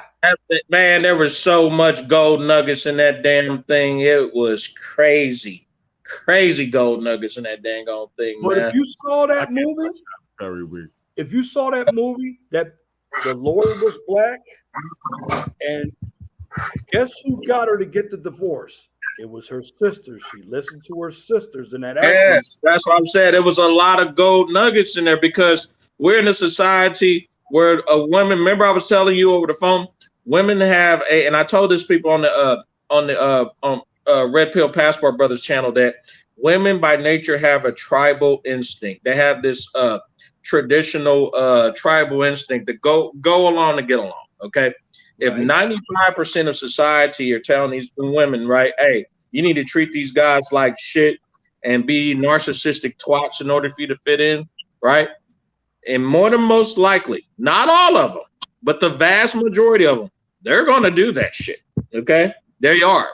Now, if I take that same woman and I take her over to fucking Nigeria or Kenya in Africa, and she's black, and she see how feminine and nice and sweet and beautiful these goddamn women are, or whatever, man, look, over a period of time, that independent woman, I don't need no man shit, is gonna go straight out that goddamn window because she's gonna realize that she doesn't have to put up this tough guy, masculine exterior just to go ahead and impress other women. Because what? The 95% of the women in that population, right? The vast majority of those women are actually being the opposite.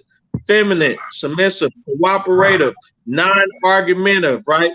Feminine, very nice, sweet to talk to, right? I can actually have a conversation with her.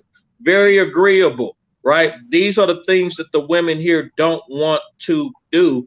But when a man actually addresses it to them, you hate women or you're a misogynist and all this stuff or whatever. Well, how come the other women, when we go across seas, they have no problem with doing it?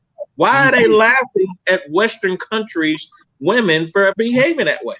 And they always have, you know, they always have. And the thing is, culture is taught over an entire lifetime. So it's not like, you know, even if the average angry American woman, black or white, even if she could act right, it would be an act. It would be an act because she's grown up within a culture that tells her it's okay to act a fool. It's okay to twerk in church. You know what I mean? It's okay to go off and snap your neck and tell a man whatever. It's okay to not take a man seriously and divorce him and rob him and divorce court and all the rest of that. So, you know, there's a pretty young lady, man, who kind of went viral recently because she made a video that pissed a lot of ladies off, talking about how she became submissive and she got a husband. Yes. I think Mr. Locke, I think I seen you on the panel the other day. It was Latina lady. Yeah, Latina, yeah, man, that thing went viral for 411, man. It went super viral. Yeah. But see, the beautiful part about it is, man, that Latina lady came from a traditional Spanish culture within which, even if she didn't observe her mother, she did observe her grandmother. She did have it already in the culture. The patriarchy was already established in their culture. Right. And she was just operating as a modern woman. And she just decided, hey, look, let me just go back to the formula that worked for my mama and worked for my... There it is. Yeah. And she came out, she showed her nice rock on her hand, man. Yeah. And that woman's happy, man. Yeah, but Mr. Locker, what panel were you in on the other day? I didn't know. Were you on the Lapeef channel or something? Lapeef, I go on Lapeef, Platinum Elite. I go on a few of them. Yeah, there was like a really big panel, and they were like talking about that stuff. I was in the audience listening in. Yeah. I mean, so the thing is, right? It's like, you know, I don't want somebody to put on an act and then you know, spend her life waiting to exhale, right, while she's with me. You know what I mean? Be yourself. Yes. Be Thank you. yourself. But if I mean- being yourself is incompatible with myself, then I'm gonna have to let you know that. Thank you. Thank you. How many times have you guys heard a woman bust out and say, I gotta act like I got some sense? That means you don't have any sense. And that means that means you. that you're running game and you're acting. Everything you do, Yeah. you're running Act game. like. You know, some people you're gonna come across in life, you just don't run game on. And a lot of these people that I'm coming across, and it's not only within our community, it's within American society, man. Yeah, within American society. But a lot of these, you know, it's like, listen, man, I you know, and they know you represent everything they need. They know you represent everything they need. All they got to do is come down to earth and just be a person with you. Don't put on a facade. Don't try to run game. Don't try to lie. Don't try to look at you through the neoliberal, you know, leftist Marxist lens of a beta boy, of a soy boy, you know. And you can cooperate. It's not like you want to, you know, club her on the head with a, you know, hit on the head with a club and drag her into a cave. You're trying to function together so that you can create a family and at least stick around with each other long enough for the children to make it to adulthood. You know, that's all. Yeah, but they don't understand the formula that Kevin Samuels stated, you know, that the women need to learn how to do, which is you want to marry before you carry. And out here, they believe to carry before you marry. No, it's okay to just keep pumping out kids, having guys splash all types of milk inside of their vaginas, right? And then after that, get rid of him. Let me go ahead and raise this kid, and eventually I can find someone else to raise him and help me with it, and I can extract resources off. Listen to me, gentlemen. Listen to me, okay? Back in the day, in the 80s, hell, the early 90s, it used to be, hell, even the 70s, used to be cool to be a stepdad, but not anymore, man. Not anymore. A stepdad will never be respected. And I tell you guys again, and 411 is going to quote me. You better look at his part 1, 2, and 3 on this. Do not, I repeat, do not date these single mothers. Do not become a stepdad. And for God's sakes, do not extract your resources to another man's child. You just don't do it. It's not worth it. I'm telling you. While you're on that, brother G, we got to get the hierarchy, not Maslow's hierarchy of needs, but what a single mother's hierarchy of needs really is. It's first, it's her, then her children. There it is. Here's the list, y'all. Listen. Then her career / job / employment, her education, her family, friends, and her pet, and then there's you. And you are splitting that position with the baby daddy. No. Hold up, but no, we still forget some people on that list. You still got the neighbors. You got the neighbors. Remember? Yeah. You still got the people at church. The co-workers. Gossip too. The people at church. The co-workers. Yes. Yes. Don't forget that. Okay. Don't forget to also to her best friend's child that she has to babysit. And you're splitting the time with her social media and television. Yes. Oh, yeah. That should have been like number 2. Yeah, that's a good one. We should add that to the list. Lockett, did you add that to the list? Big Body, did you add that to the list? Social media? Yeah. To the single mom list? And the baby kid, she's babysitting. well, something else too. This is when you get to the grandmama situation. That's all that. Plus, you got the grandmama's girlfriends. I almost spit this water everywhere, folks. You got the grandmama's. You got the grandmama's kids, grandkids. You got the neighbors. You know, they all are coming over there eating your food. Yeah. We already threw the neighbor in there. I threw the neighbors in there. I threw the neighbors. And you got something else. The psychologist. Don't forget the psychologist. Well, the psychiatrist. Crazy, but something else. You are also for prescriptions. Well, a lot of them are on prescription Yeah, because drugs. you remember the prescriptions, because she got to have the prescriptions, right? That's on the list. She has to take those first. Those come first before you. That's on the list too. Her shopping. Her shopping. Yeah. That's a good one. Did you hear about that? The shopping habit. Write that down, you guys. These are the list of priorities that the single moms in North America and westernized countries put before us men. Brother Griggs. Everything on this list. Keep going. We want to hear from people in the chat too, man. Yeah, what else do you guys Griggs, got? We're making this list. Mothers, you're the next father. No, you're not the next father unless you blow load in her. Then you're the next father. But if, let me, everybody in the chat, let me rap to you one time too. If you're gonna go do something, I don't care how good it feels. We came up with about 20 people on that, 20 things on that list, right? Something like that. Don't even think about having sex with her. Don't even take the chance. Well, and I'm going to say this. Does anybody know what a benefit cost ratio is, a benefit cost analysis is? Has anybody ever done that? You do a benefit cost analysis, you're going to be like one of those dudes on the Shy, the one that had the 3 baby mamas. He's working his ass off for pennies, and he's giving most of that money to them while they can go out and meet other niggas and get other babies. Look, the person comes an ATM machine. She can use that. Do not, we always say smash and dash. You can't smash and dash everybody. No, what you need to do, talking about real red pill, understand what's going on around you. Understand the politics. I mean, we just included with women, but you got to understand everything that goes on. You got to understand what goes on in the workplace. You got to understand what goes on at these colleges and universities. You got to understand what goes on with your own family, because you want to know who will bring you down more than anybody? And I did a video on this not too long ago. Your own family. That's why I never believe blood is thicker than water. Thank you.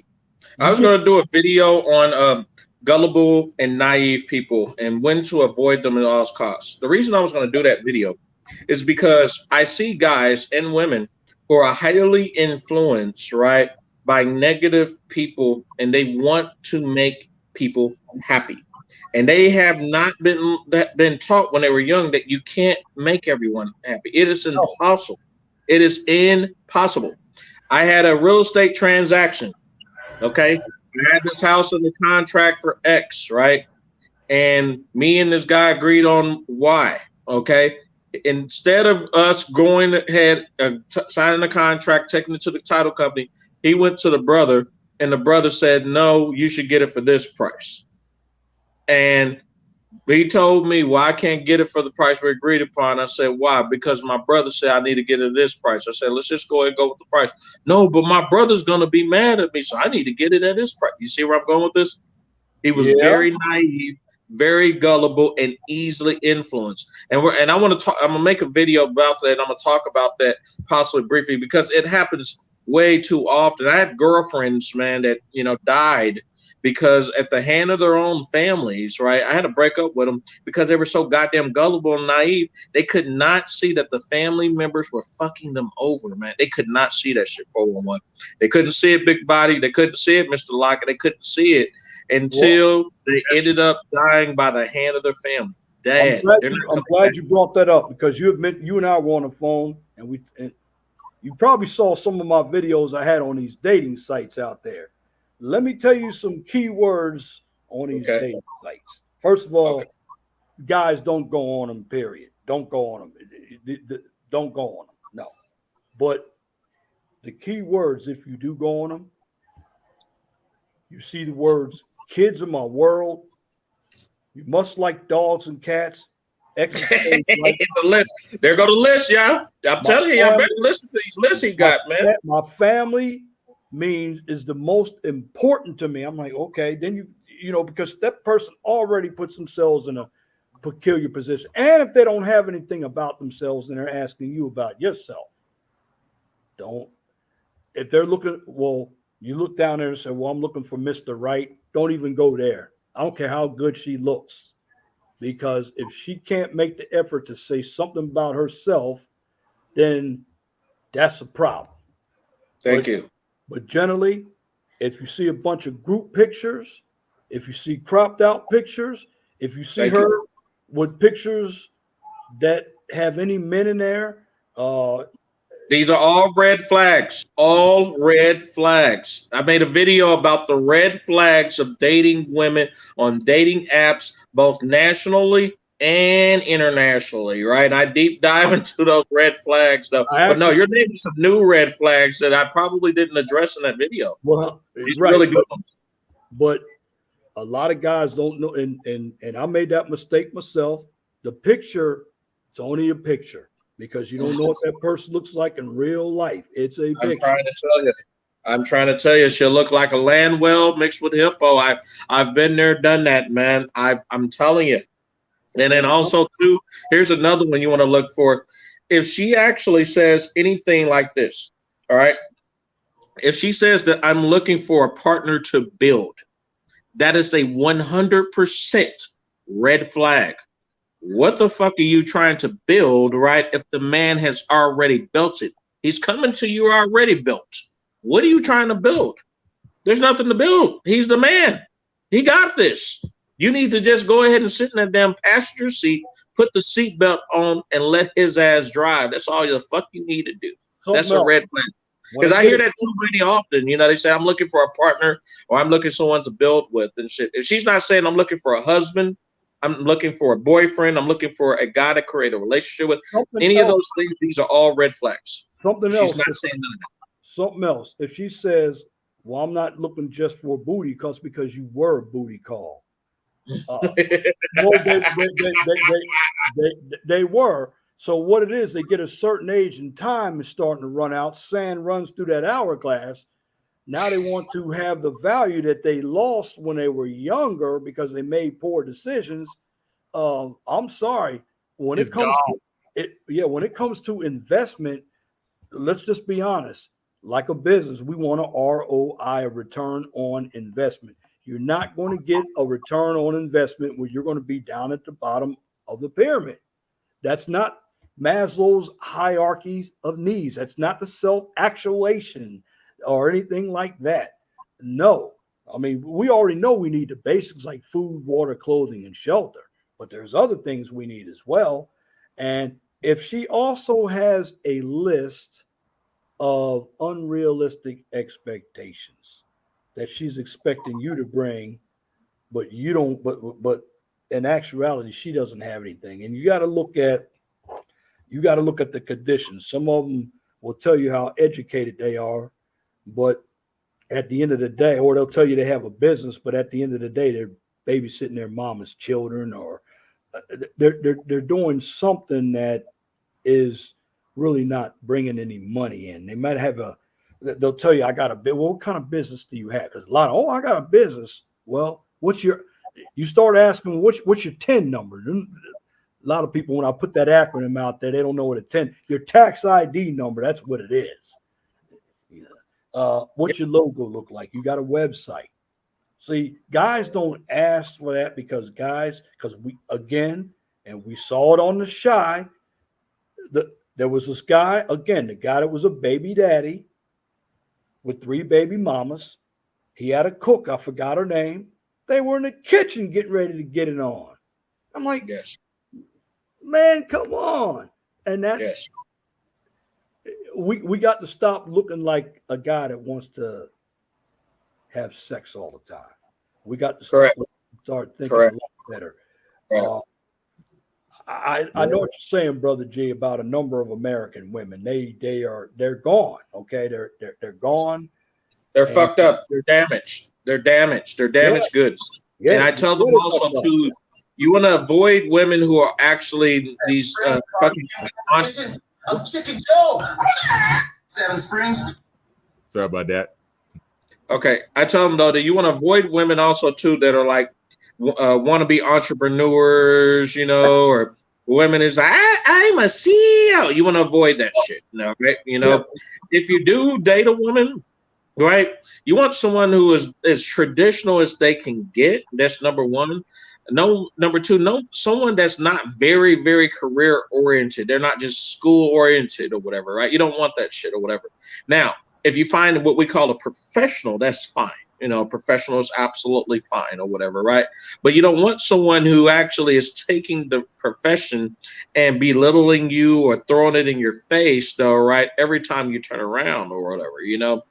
But you're going to find a lot of that fuckery right here in North America or in the United Kingdom or in Norway or, you know, parts of just Western Europe in general, you know. Well, Matt, But again, I tell you guys though, right? You know, and especially you young motherfuckers out here too, right?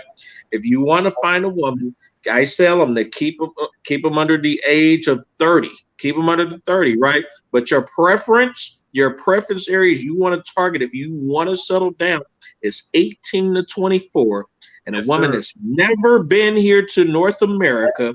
And on top of that, right, a woman that actually, right, has no psychological problems, right? You don't have to deal with the family being in the business, a shitload of tattoos, shitload of piercings. You know why? Because she's not no goddamn food, man. Yeah, That's what I'm the glad, fuck. I'm glad you brought that pardon up. me, Because, gentlemen. brother Pardon T, me, gentlemen. I can't make this shit up. I swear to God, I can't, man. I just had this bitch call me, man. This bitch called me singing the fucking blues, poor mouth, and talking about she need a couple dollars. She need to make a couple dollars. She's fucked up right now. I said, so what the fuck you want me to do? She said, I need to hold like 250. I said, the fuck I look like, man? She said, we can do a little something. We can fuck. I'm like, who the fuck is fucking for 250? Bitch, get the fuck, like you broke my fucking calling the phone during the fucking chat and shit, the fucking cry for 250, and they had nerve to try to tell me some brand used pussy for 250. She said, well, is 150 good?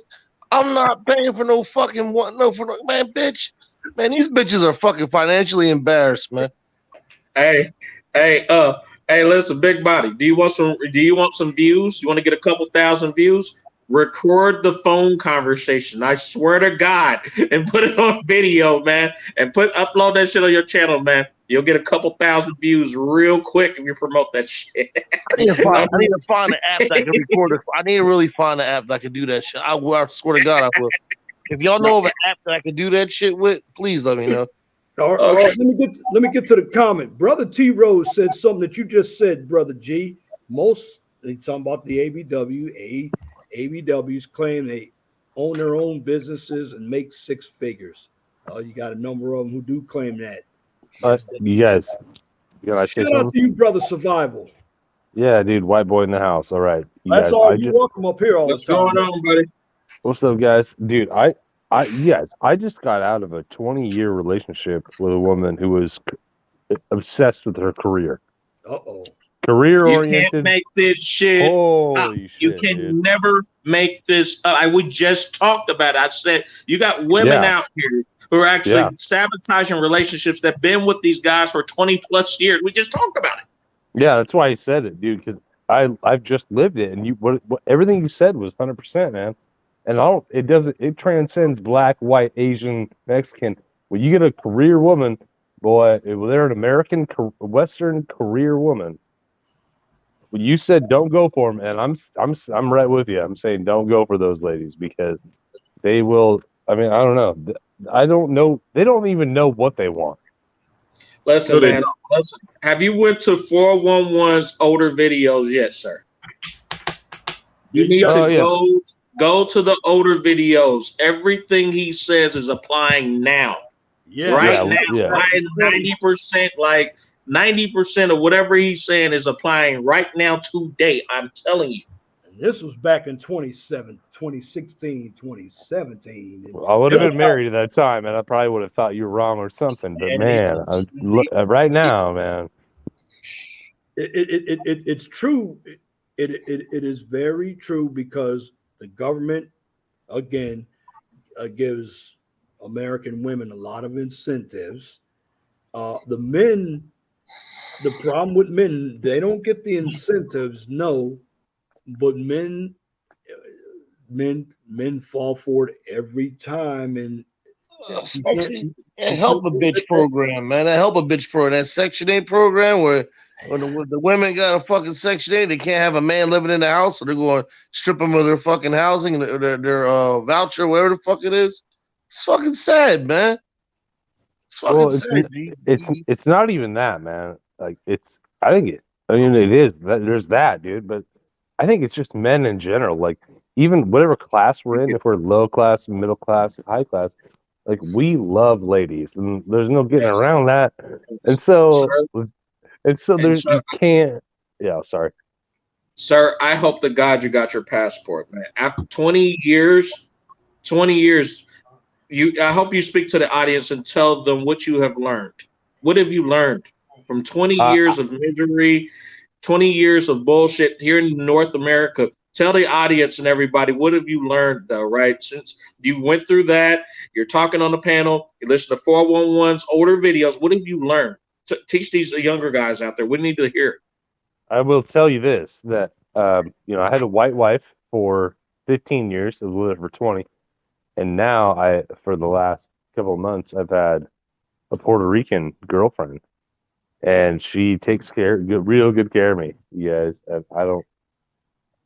I found a submissive woman that wants me to call the shots and tell her what to do and everything. And, I'm rolling with it. Yeah, it's not a bad way to go. I don't like it when women want to control the show, because they can turn it off whenever they want. And that's what they do. Like 20 years comes up, they're like, I don't like you anymore, and they shut it right off on you, and you're like, but wait, and they don't wait. They just roll off. There it is. And see, the thing is, what we tell these guys, I tell these guys personally, and shout out to one master teacher. Go to his channel. He has tons of travel content, right? Teaching guys every day how to travel, the do's and don'ts, the mistakes you don't want to fuck up and make, and then also too how to be successful, right? But I tell these guys that if you want to avoid these women or whatever, avoid the women that's touched North American soil. If they've been to North America and stayed here over 60 days, in my opinion, all right, in most cases, right, if you want to be conservative, 6 months, right, or whatever, right, I would not take her seriously at all. She's been exposed. You understand? Now there is a debate. There is a debate right now. Some people are arguing, well, it really kind of depends on how traditional and how her culture is actually indoctrinated in her, which is true. But in my opinion, I tell these guys that I wouldn't risk bringing that woman from another country here. No, I would actually take the passport, take the money that I'm investing, and go out there to see her as many times as possible or whatever. Don't get into any relationship yet. Just go out there, have your fun, have your sex or whatever, right? And then once you get your money coming in and things like that, then decide on what country you want to stay in permanently, and then just go out there, man, and have a great time. You don't need to be around this bullshit. You got to remember, there's countries out there where, like in Thailand, go to Zoom the Thailand channel. They got like the ratio of women, it's like 20-1. 20-1, okay? All right, and they will, listen, they'll eat your little white ass up. You hear me? You will have a pig day, okay? They got guys out there who listen, they got brothers out there that's in their 60s, they 70s out there killing the game, man. I shed a tear when I seen a 72-year-old man out there, man, with a 20, 30-year-old woman, man, tearing the game up out there, man. I'm loving it, man.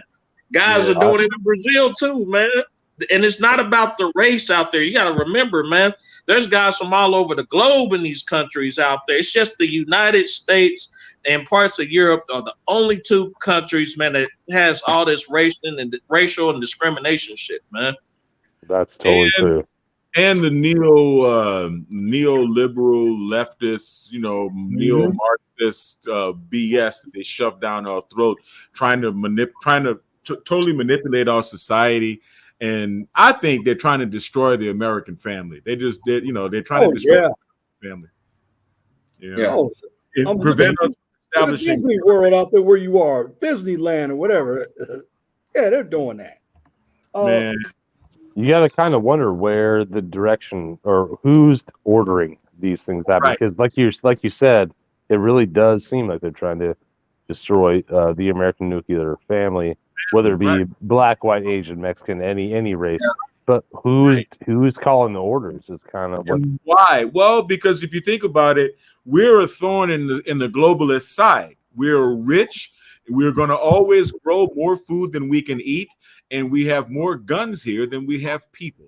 So, and we're free, and we like being free. See, this is why they're attacking freedom of speech first so aggressively right now. This is why you got to watch your YouTube channel. You got to watch what you say on Twitter. You got to watch what you say everywhere, or they're going to consider you persona non grata. They're trying to get us accustomed to living without our First Amendment right to freedom of expression. And I personally am not going to live in such a world, especially call it America at the same time. Thank you. Thank you. You see, and that's what they're trying to do. They're trying to take away this country. They're trying to destroy this country because we're the last bastion of free, rich, well-armed people on earth. Thank you. They want us to be a world of peasants. Yeah. They want to, and they don't care. They don't care if that means putting us in a war with Russia so that we get nuked. They don't care if that means letting everybody who wants to immigrate into the country immigrate, so that our society is just diluted, and the whole process of having a minimum wage or labor laws or anything like that is just blown out of the water, right? It's just blown out of the water. I'm glad you came on with that, because you had me thinking about that minimum wage when we talked about how that's almost slavery. Because let's just be honest, the mom and pops organizations, they're not going to pay $15 an hour. So what does that do? That's going to throw some antitrust laws, because they're still out there, where your big corporations, they're going to swallow up all the mom and pops because they can pay that $15 an hour. Yes, all the prices. You see, the thing is this, right? Like Jesus said, right? Jesus said, the poor will always be among you, because there are always going to be poor people. If two people have sex and make a baby before they're economically able to handle it, bam, you got another poor family. That's how the poverty is the natural state of man. You're born without even pockets. You're born with nothing. So what makes it more fair is that a person doesn't have to be born and live their entire life and die within the same social class. So we have social mobility. So how are we going to climb the ladder of success and actually achieve social mobility? Rags to riches, the American dream, right? How are we going to actually achieve that? Not by being employees, not by crying about the minimum wage, not by expecting to flip burgers at McDonald's and raise your children on that shit. That job is for kids in high school. No, we're going to do that by eventually going from a job to a business, from a small business to a large business. But now they've made the barrier of entry for being an entrepreneur almost impossible, because now the cost of incompetence is what? $12, $15 an hour. And if you pay somebody $15 or $20 an hour, there's no guarantee you're going to get that level of performance out of them, because in their mind, you owe them that, because that is the legal minimum wage. In other words, no matter what the number is, and no matter how much that money is hurting your business, that person's going to sit there and look for ways to not work and still get paid all day. I've been there.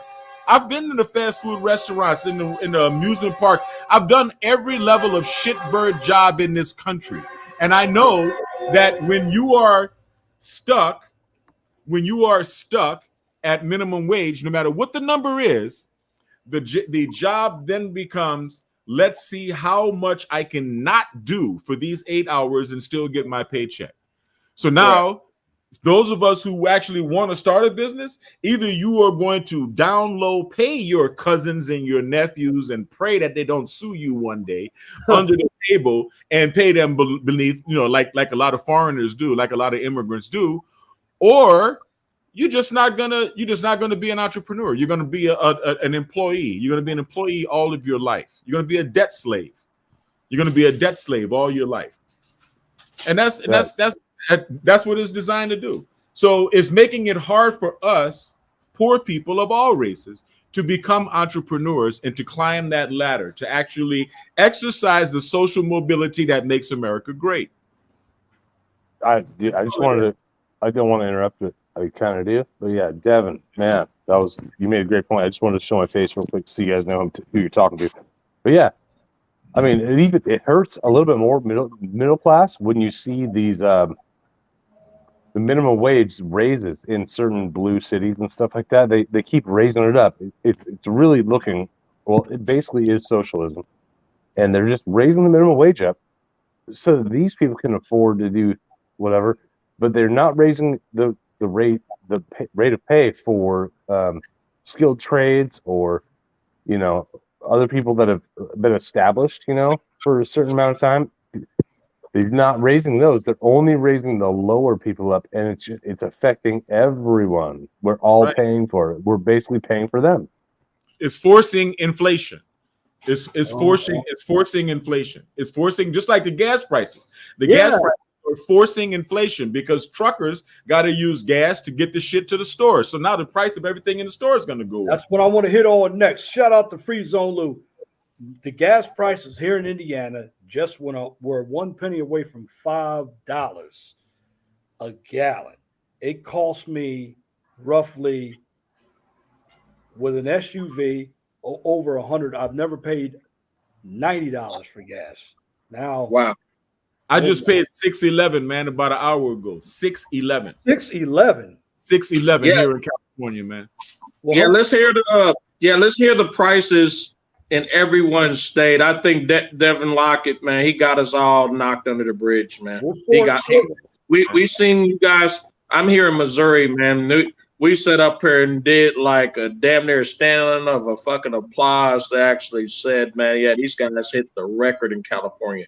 Yeah, what do you guys running out in Missouri? We're running. I saw one place that was 514 here in Indiana, but basically everything's topped off right now at $4.99. Yep. $4.99. Okay. $4.99. We just came out, right? And I just knocked me out of the fucking goddamn chair, man. I've never seen it go this high. $4.29. Never seen it ever, right? Listen, our normal price range here is between $1.25 to $2.50. That's our normal price here. It's just how it is or whatever, right? I've never seen this shit ever. Never, right? And they got like diesel here like $5.29. I was diesel like, here is about $5.65 or something like that. It's up there. I can't beat Devin. I'm in Washington State, which is might as well be a part of California. But what's the prices in Washington? $5.50. $5.50. Ouch, man. And that's for regular, right? Yeah. Yeah, that's just for regular. Man, I saw a meme today that said, like, if you ever feel stupid, just remember that there's somebody out there that helped rig an election so that they could pay $6 a gallon for gas. Well, listen, I was listening to Robert Kiyosaki's channel, Rich Dad Poor Dad channel. That's a great channel you might want to go to about finances. And he was sitting back. He had a conversation with one of his colleagues. He said, my colleague will be coming in shortly. So the colleague came into the show. He said, hey, how you doing? She said, golly, Rich. I sat up here and no, he said, golly, Robert, right? I just came from the pump, man. I paid over $85, man. This shit is high out here. You know what Robert said? Thank you. I appreciate that. You know why he said it? Because the man did one of the most smartest things. He invested into oil and gasoline. I mean, shit, I mean, can you be mad at somebody to tell you thank you? I appreciate it every time when someone complains. I mean, shit. But see, the thing is, he's getting that paper.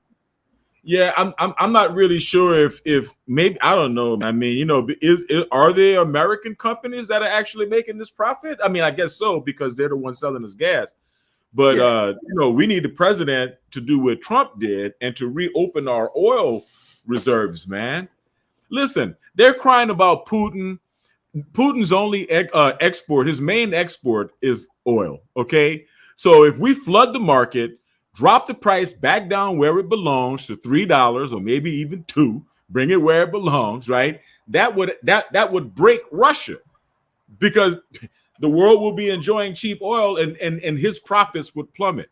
So there goes You the know war what, in Ukraine. Devin, It's a that peaceful almost, way to solve it. Devin, that Listen, almost that's even, like that could be a good argument for these people that want to cry about climate change all the time. Like say, hey, if we make the market even, we reduce costs, it will reduce. I don't know. You can just say it's reduction, and like they will all just be on board. Oh, it's gonna lessen the carbon footprint. And If and ever, if we're supposed open to it be up. moving, if we're supposed to be moving to these renewables and and away from fossil fuels, then why do we need reserves? If we're Right. moving away from it, what are we You reserving it? We spend it now. Spend it now. Help us now. Push our supply curve to the right. Help our economy right now. Well, You guys have seen the lithium mines, right? You guys have seen lithium mines and what they do. We have fracking going on. President stopped that. Pipelines closed. I mean, we were energy independent, and now we got to depend on people like OPEC, which they can raise gas to what is it, $200 a barrel if they wanted to right now because we got transportation Trump costs. gave us energy independence in one term. Say what you want about Trump. See, my concern that I really had.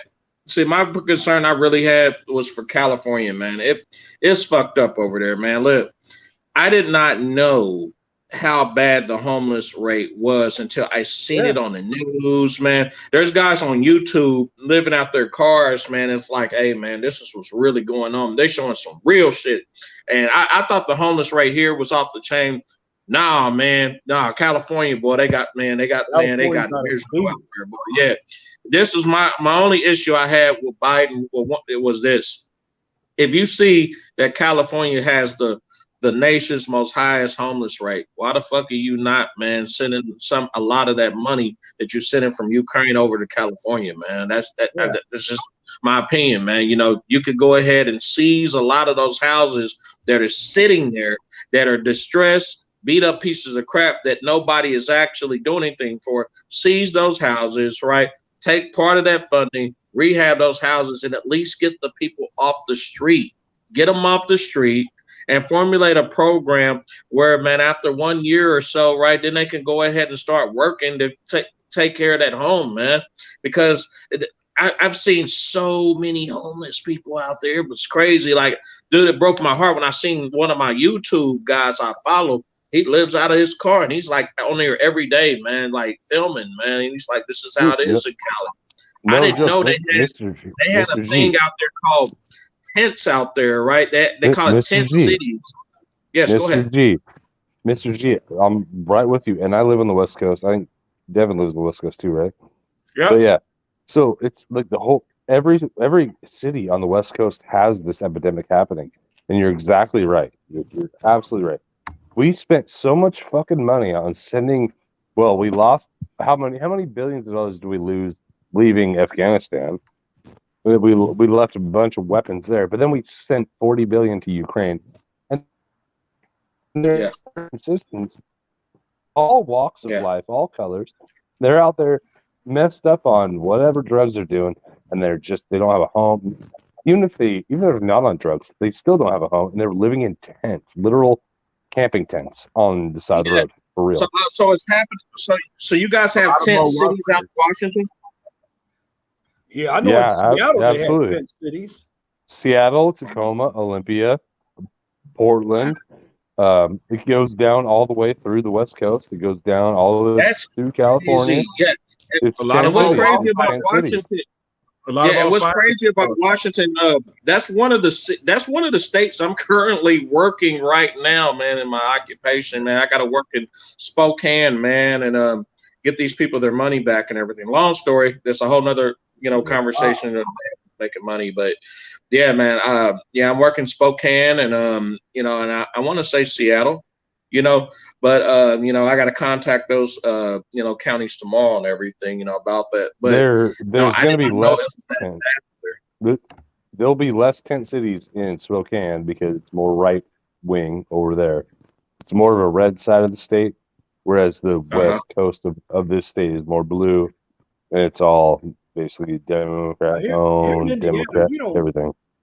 we don't have a real big homeless problem unless you go down to Indianapolis. That's the biggest city here in my state. Other than that, what I like about here, Indiana's a red state except for three areas, and that's right around the high crime areas like Indianapolis, Gary, Indiana, where the Jacksons are, and Hammond and East Chicago. They're all Democratic areas, and St. Joe County around South Bend. I mean, but other than that, here it's straight up red. You have small cities and a lot of farmland, and there's a lot of money here. But the problem that we have here is the people from Chicago are moving in, bringing their crime with them, because Chicago is off the chain. That's going to be a problem, I think, going forward. I think that's going to be a problem for the Midwest. I think it's going to be a problem for the West Coast too, even the East Coast. If they really do start, like, what's the word for it? Is it is it gentrifying? They start gentrification. Yeah. If like white liberals start trying to take back cities and shit for whatever reason, it's not going to be white conservatives. It's not going to be them. None of them want anything to do with cities. No. But if they do start pushing people out, there's going to be people moving out, and they're going to go into the neighborhoods that are around, and they're going to move to where they can afford, where they can get a job. Or, I don't know. Wow. I mean, so you're saying it's all over the West. What about Oregon? Is it same stuff in Oregon? It's only on the coastal Portland? side. Like Portland. it's so the state is pretty big. The West Coast is the states are large. So when I say the West Coast, it's literally like, I don't know. There's only a problem with it with the coastal regions. Like once you go more to the east in any of these coasts off the west coast, it becomes more of an agricultural region. There's a lot of Mexican people working, and there's a lot of farmlands and stuff like that. But like when in the cities, and Devin knows, like it's the same in California. There's the coast, anywhere that looks like it'll cost money for you. You're gonna get these people that vote retardedly, and then when you go a little bit east, they'll vote normally. Yeah. Here in Missouri, Missouri is considered what we call a swing state. All right, they tend to swing one way and swing another, whatever, I thought Missouri was red. You would think so. That's been like a very big debate. However, though, here's the deal. This is the reason it's swing. Okay, all right. The presidents typically will win it, right? They'll win it red. But you'll see a majority of like governors, right, and mayors, right? Yeah, man, and mayors, they're all like, man, a lot of them are blue, man. Like it's crazy, man. And then independents guys like me, of course, we're what we call the unheard voice, shit, So, and that I mean that's just how it is, You'll see like this big ass county, and you're like, how the fuck did they win and shit, and it turns red, and then after that, you'll see like this small county that's blue, and in this one here, there's a whole bunch of little small counties that are blue or whatever. But like the president election, yeah, they'll win this all day. But yeah, but you'll see a lot of the counties here that are like swinging, blue left and right, like it's crazy, So I don't know. I tend to personally, not anymore. I tend to like back off of politics, man, and religion and shit like that, man, because I know that can be a very, very interesting, ugly conversation, even with gun wars and fucking goddamn the abortion, and shit. I know those can be very, very touchy conversations, and hey, so. Yeah, they're touchy, but I believe you gotta have them though. Like, okay, because you gotta look at people in politics. Okay, let's just be honest. If you voted for Joe Biden, look at what you got when you voted for Joe. And we all knew it. I mean, my mom voted for Joe Biden and my sisters, and I already knew what we were going to get into. The gas prices. Thank them for the gas prices, right? What are you Remember gonna the pay for time? that? But you know what? And we're not even. I don't believe in voting anymore. Yeah. I don't. Yeah, I but don't you know, believe in voting you anymore. guys, I think you guys, Joe Biden gave us the biggest privilege now. You guys, we can have babies now. Joe Biden did that for us. We can get pregnant these days now, guys. Lucky us. Yeah, with You know, him. it's a joke. That's what that's the reality of these people. These people think men can get pregnant. They're It's fighting for it. They're like men get pregnant. I'm like, all right, fine. Then I get to have So I get to, okay. I'd be like, if I can get pregnant, then I better have a fucking. You better let me in on this argument. You know, if you say that I get pregnant. That's Mr. the foolishness. Survival. Mr. Survival, are you ready to have your kid's mom pay child support if she gets you pregnant, Mr. Survival? Yeah, I want to collect that money from her, man. I mean, looking at it, that's when you have the low information voters who don't care about anything but entertainment all day. That's the reason why we got the government we have, because the low information voters were influenced by the feminists and LGBTQ. Well, yeah, and they believe that reality is fluid. They believe that because we can call men women when they put on a dress and allow boys to beat up on girls in girls sports and all of this foolishness and now declare that men can get pregnant. There's no end to the stupidity and how detached from reality all this bullshit is. Right. But and the world is being divided, and it's not even on racial lines. The world is being divided between people who buy into the bullshit and people who don't. That's what the social experiment of the mask was all about. So they can take a look out in the public and see how many assholes that actually were believing in this fucking narrative. Mark my words, okay? Y'all gonna remember this day when I talk about get y'all passports. I'm gonna probably be in Southeast Asia somewhere or Brazil, right? Looking from afar, like damn.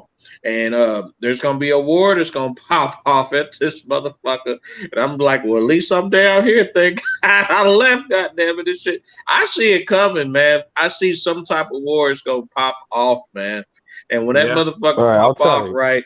It's gonna eliminate a lot of civilization to the point that it's gonna humble these people about how men built this country, right? How men should be men, women should be. It's gonna humble some people. That's all it takes is a good ass war to really pop off, And I told people, I said, well, if you really want to see change, in my opinion, it's going to take a large civilization of today's society to die off in the next 20 plus years. Yeah, It's just going to have to die too. off, yeah. 20 plus years, they're going to have to die, like, literally die off. And then after that, my daughter will be what, like 30? My daughter's, she'll be 33 in 20 years. Okay. And in 20 plus years, right, I told my daughter, I said, that's gonna become the time when your generations are gonna start taking office. You're gonna see new presidents. You're gonna see new congressmen. All these other people right here who are fucking up or whatever it may be. They're gonna die off, and then it's gonna take people like you, my daughter, and other generations. They're gonna say enough is enough. We got to do it right. I know my grandma, my uncle did it this way, but this is the way that we got to do it. That's what it's gonna take. It's gonna take a civilization to die off. I have to ask you something now. Mr. Gigi. So you obviously have pride of your ancestors and your grandma and everybody, grandpa and everybody that created you. But when you say that you'll be watching from afar, man, like I would like to think that I won't be doing that. I would like to think I'd be in the forefront of holding down American freedom, no matter what. Even if I had to lay my life down for my kids, like if my children needed to have the freedom, I'm not going to go overseas and watch the shit happen, but everything you said you kind of almost did a full circle. So I think that you do really care, because you know, I'm not trying to call you out or nothing, but like, man, No, what I'm saying is that. Well, what I'm saying is this, though, right? You know, when the shit rolls downhill, the shit rolls downhill. You know, there's going to be a selective few like you know, who actually want to stay here and fight, and that's fine and that's cool. But here's the deal, man. A lot of us guys, man, have been fighting for years. We're tired. We're exhausted. You know, we got to the point where when we've had so many of years of conversations with women about how to treat a man, what a man wants, what he needs, and then also too about our governments or how they're treating us in divorce courts, how they're treating us with, you know, child support and things like that. And now they get in the war and now they need us. Fuck that. No, no, you know, now if someone wants to continue to fight for this country after the laws have changed, hell yeah, change the damn laws. And yeah, you give me a reason to fight. But if you can't give these people a reason to fight for, it's going to cause people to give up and say, fuck it, man. That's why when I talk to my audience and my other audience, there's a percentage of women that we talk to, and we tell these women who are listening to us that the women are not listening to us, man. They not. So the percentage of women who are listening to us, you need to go and address those women. You need to call them out on the bad behavior. You need to call them out on what they are making the mistakes on, how they're disrespecting their man, how they're treating their man. You need to call them out because they're not going to listen to us anymore. All right. The law, they'll listen to the women. Of course they will. But as far as us men, goddamn it, we got to go through a lot of shit. Look what the fuck Johnny Depp just went through, man.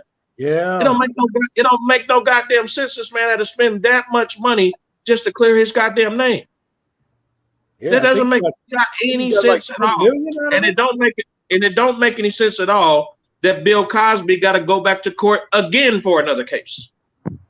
Yeah. Yeah. What? He's going back to court. Men are fed up. You can stay here and fight all you want to. Go ahead. More the power to you. Wait, they got Bill hung up again on another case? Another case, yes. Yes. Lawyer just came out and spoke on it. Said that the man sexually assaulted her when she was 18 years old, man.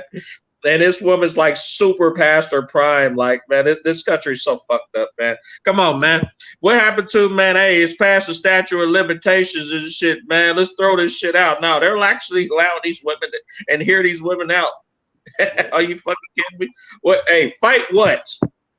Fight for what? And no, man, you tell me. It's hatred, all man. based on allegations. Well, and not only that, what they're doing and what they've always been doing with Bill is try to destroy his brand and his reputation. And most young black people don't even understand. You know, they think about Bill, they only think about the Cosby Show. They don't even realize what Bill actually did for us. You know, when his degree was in child psychology. That's where Fat Albert and the Cosby Kids came from. Yeah. I mean, he did so much to fight for the image of black manhood. That is specifically why the same reason they won't stop chasing Bill is the reason why they have to put every black man in Hollywood in a dress. It's the same reason. It's all about image. Yeah. Who is chasing Dr. Huxtable? Who's chasing Dr. Huxtable? Or is it the conservative one? The conservative. Well, your sound is messing up. Yeah. When we talk about control of the media, I mean, I would like to make it just white, but it's not that general. It's okay. a specific very tight community with a very cohesive political agenda that controls all of the media. Can you guys hear me now? Yeah, I can hear you. Yeah, much better.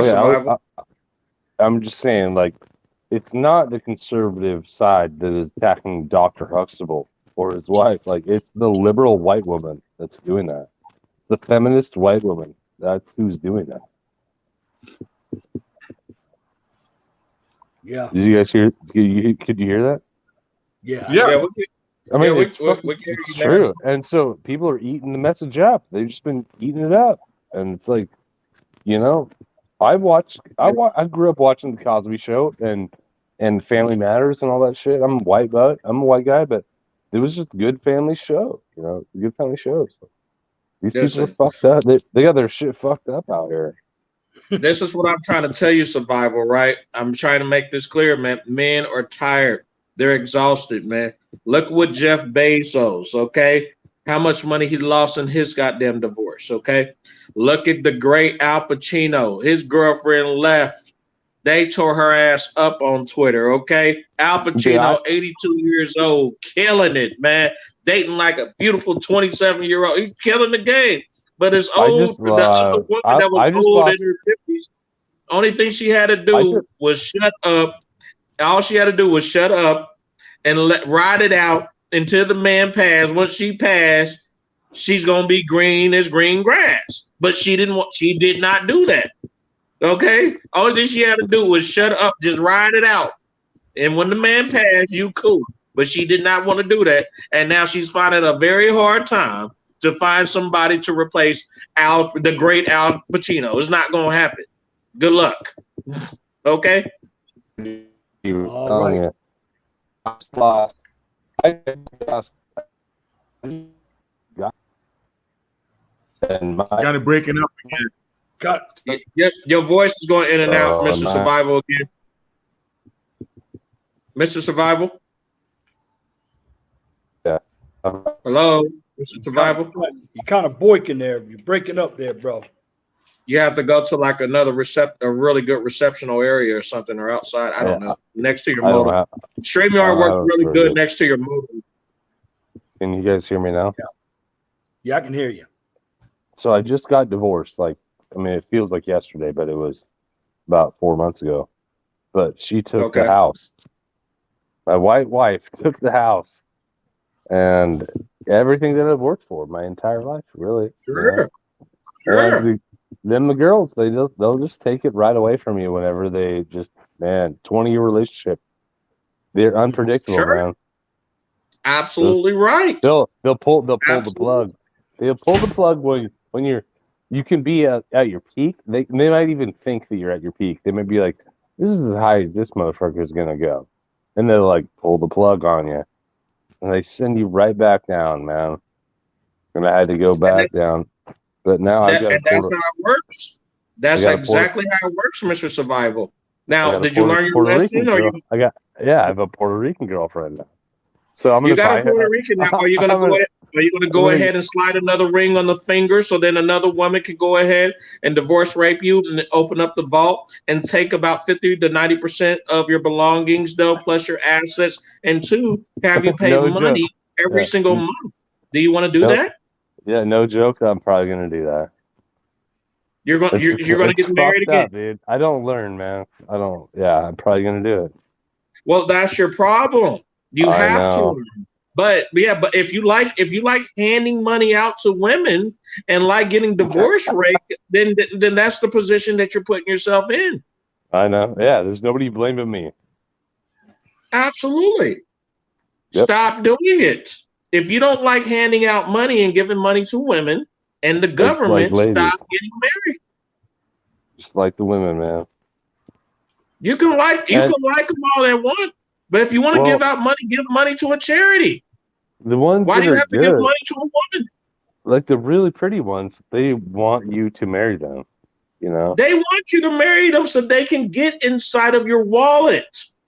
Yeah. Do you like giving money out to women? Do you like having your check go after you work 40 to 60 hours at your job? Do you like having your check garnished for 50 to 90%, Mr. Survival? Do you like that? It depends on what it goes for. Like it just depends. But do you like that at all? Do you like having your check garnished? I like to take I don't have my check garnished, but I like to take care of women. Like I feel like I take care of my girl, you know. Well, that's perfectly fine in the short term, but what about the long term? Oh, she'll in 20 years from now, I'll buy her house. She'll take that just like my ex-wife did. They can have all the houses they want, man. Eventually, I'll just die. Like they can all have every house they want. I don't fucking know.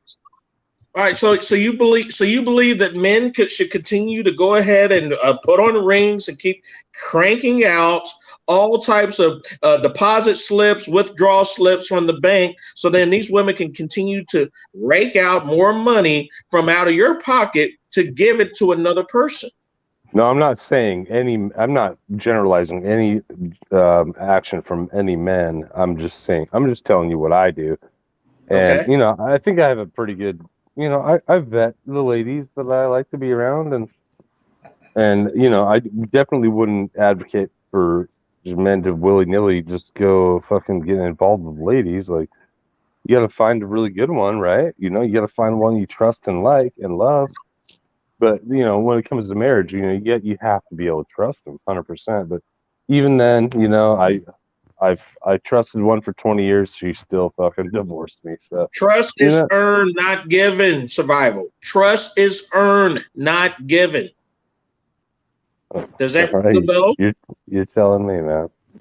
Yes, trust is earned, not given. Just because you meet her and she looks pretty and innocent, you don't give her your trust immediately. No, she has to earn it. You don't just give it to her willy-nilly, because if you give her something, then she's not going to appreciate it as much as she is actually working to earn it. I was married I was in one relationship for 20 years. Like, dude, I know how women work, dude. You said what? You know how what? I was with the same woman for 20 years. I know how ladies are, man. Okay, but you're saying that you're going to go back and do the same thing all over again. Yeah, I am. So that means that you haven't learned. If you learned, you wouldn't go back and do the same thing over again. You would stop that. Stop giving out money to women. The rabbits in here, dude. Rabbits in here. Smiles a simp. Trey in there said he's a simp. Yeah. I knew the audience was going to come after him. I'm gonna simp right back in, dude. I knew it. I was trying to listen. I was trying to save you from the fire, man. I was trying to say, listen, you got to remember that some of those guys in there, man, are red pillars and MGTOWs, man, and some of these guys out there, man, they're gamed up, man. They're not playing. Listen, man, I'm trying to save you from the fire, man, or whatever, right? Stop marrying these goddamn women, man. You just got out of a 20-year relationship. It's okay to go into STRs, short-term relationships, one-night stands, enjoy yourself, right? But until these laws change, you don't need to be putting yourself out there and taking unnecessary risks unless you like handing money over to random women that can probably give a shit about you and that can be taking your money and giving it to another man that they actually do care about and actually want to sleep with. You're right. You're 100% right. Shout out to Trey, the evil rabbit. Let the man live his best life. And he also says, JK. Shout out to Trey. I know. So the comment section is popping. So it's a little different. It's a little different, guys. Like, I knew this girl in high school. Like, I used to mess with her in high school. It's been 20 years ago. So we just reconnected. So it's not like simping on a random person, but you know what I mean. She's a girl. I'm probably gonna fucking be with her for a long time and then give her a house. I don't know. What do you do? What do you do in this life? Don't marry her. Stop. The divorce rate, I tell these guys on my channel, and I tell them on the MGTOW too, and we all know this, that the divorce rate is over 50%. It's approaching 60. Okay? 80 to 85% of the women execute divorce first. You know why do they do that, Mr. Survivor? All right. So if you already know, why do you keep putting yourself on the hot? If you know the stove is very, very hot, I can't help if you myself. know the stove is very, very hot, why do you keep trying to burn yourself? I'm retarded. Most men are actually most men, honestly though. Nah, he got a point, because most men are actually more romantic than women. And that's the truth. And to be honest, when I had my youngest is here with me right now, right? I'm 57, he's 15, right? So what was that, 42, something like that? I don't know. But I had a whole different paradigm about having a child than his mother. His mother is 15 years younger than me. And so when the younger chicks, they see it as a burden, right? Or they see the child as a tool to affect the husband. But as far as taking care of the kid, they see that as a burden and a job and a chore.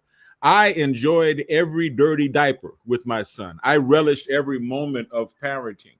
And if you really are actually having fun, and I really mean that, if you're really having fun in the situation, go ahead on and get married. I mean, you know, because listen, we can't write all women off based on the statistics, because those are statistics. That means that no matter how bad the numbers look, there are some women that are in healthy relationships. There are some men and women that are in healthy marriages. That does still exist. And I say the same argument for people who criticize polygyny, right? Polygamy or polygyny. Right? They try to act like every woman who's in the Middle Eastern country or in an African country that's in a legally polygamous relationship is some kind of an unhappy, oppressed domestic slave. And I beg to differ. If such a marital configuration or structure exists, then there has to be some people who are happily living within that structure. There has to be some people who are successfully living within that structure. So if you're looking for a woman who is sane, although it does seem to be pretty impossible to find that woman in the Western world, but yeah, it's pretty damn hard. It's pretty goddamn hard, okay? But I think it is a noble search. It's a noble endeavor. You know what I mean? The train is always running through my living room. I can't help that. The train is always running through my living room. But yeah, I mean, you know, it is a worthwhile endeavor. You know, I'm a romantic in my heart too, and I hope, and you know, in my heart of hearts, that I could find that unicorn out there that you know that is worth simping for, you know, so to speak, right? You know, but hey, all I'm finding is toads. Yes. And well, yeah, and that's why I tell these guys out here. I tell them in North America, right? It's a needle in a haystack nation. Okay, all right. Oh yeah. I'll give you this big haystack, Mr. Survival. I'll give you this haystack. Here's the needle. I'm gonna go ahead. Got thousands of different types of hay in there. I'm gonna give you this needle. I'm gonna throw it in there. I'm gonna mix this hay around. And what are the chances of you actually finding it? Dude, I totally understand what you're saying. I really do. You do? Yeah, I understand exactly what you're saying. But what are the chances of you finding that needle, Mr. Survivor? I don't know, man. You know, like, you know, men need to go out and look for their own happiness and stuff for themselves. Like, you gotta know yourself. You know, as a man, you gotta know what you want, and so that's kind of the way I've been doing my life. You know, I have a good career, and I don't like being lonely, and I like pretty girls. So I'm not trying to like make excuses for liking pretty girls and being attracted to them. I'll just go get them. You know, I don't know. But hey, you guys, it's been great talking to you. But I have to leave here. I have to leave now because my girlfriend's gonna be showing up in my house pretty soon. Yeah. She got a Puerto Rican friend. She's hot, dude. She's half Puerto Rican, half Mexican. She's really pretty. She's really pretty.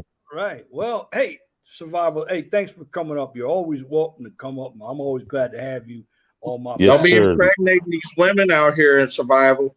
Don't impregnate her, man. Wrap it up. We'll see, man. We'll see. Do like Damon. What's the brother name? Damon, the truck driver with 33, Mr. 33. All right, guys. You don't want to be in Drake's situation, do you? You heard about what happened with Drake? I don't have time to listen, man. Hey, Leon, thanks for having me on. And hey, no problem. Shout out to everybody. Later, guys. Good to meet you, Survival. Yep. Oh yeah. All right. Well, we're at the 3-hour mark, so I'm getting ready to wrap it up. It's going on 10 o'clock here in the East. And I know we've had some good topics on tonight. Yeah, it's a good talk, man.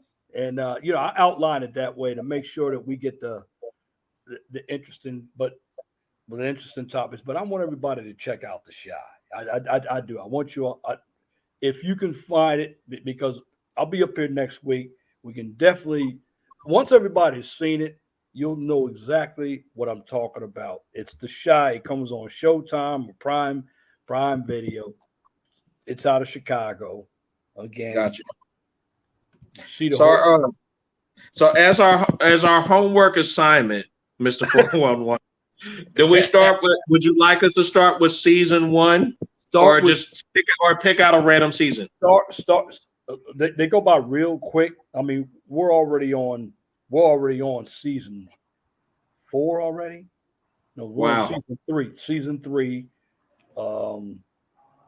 Season 3, episode 8, and then we're gonna get 4, and I'll have some more to explain up that way. T. Rose said, "A woman has everything to gain while a man has everything to lose." Marriage here in America. Truth. Facts. Truth. But truth. I tell them, I said, women walk in gaining benefits, and they leave the marriage leaving with benefits. This is that's how it's designed. Yeah, and they're making money too. The laws do need to change on that. Yeah. So, but everybody, start with Brother Devin Locke. And brother, good to have you back. I'm always happy to see you up there. Thanks, brother. Yeah, it's a good show. Yeah. Actually, I'm gonna go live in a minute myself, man. I'm gonna put my link up here so you guys can check out my channel. Okay. Are you about to go live tonight? Yes, sir. About to do another live right now. Okay. What's your topic? Actually, I'm just talking random topics, man. Unless you know a real hot topic that I can pose right now.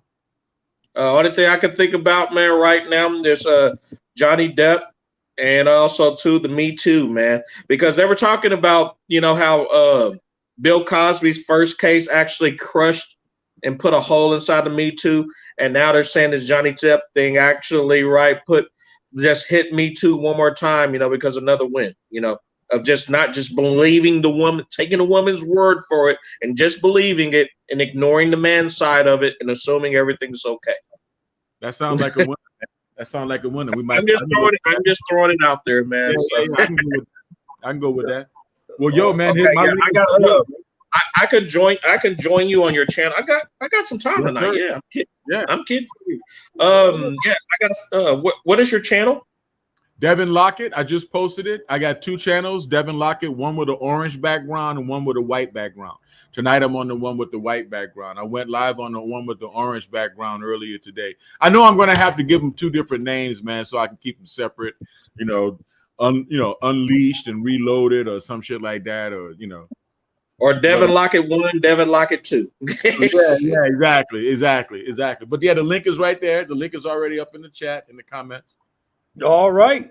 Yeah, here it is in the private chat. Well, thanks a lot, brother. I really appreciate you having me on again, man. It was a great show, man. Hey, thanks, man, and keep coming, man. Keep coming. I will, brother. I will. I'll be looking for you. Thanks a lot, cool. I'll try to come peep you out a little bit, buddy, okay? Thank you, brother. Right. Salute my brother. Peace out. All right, Brother G.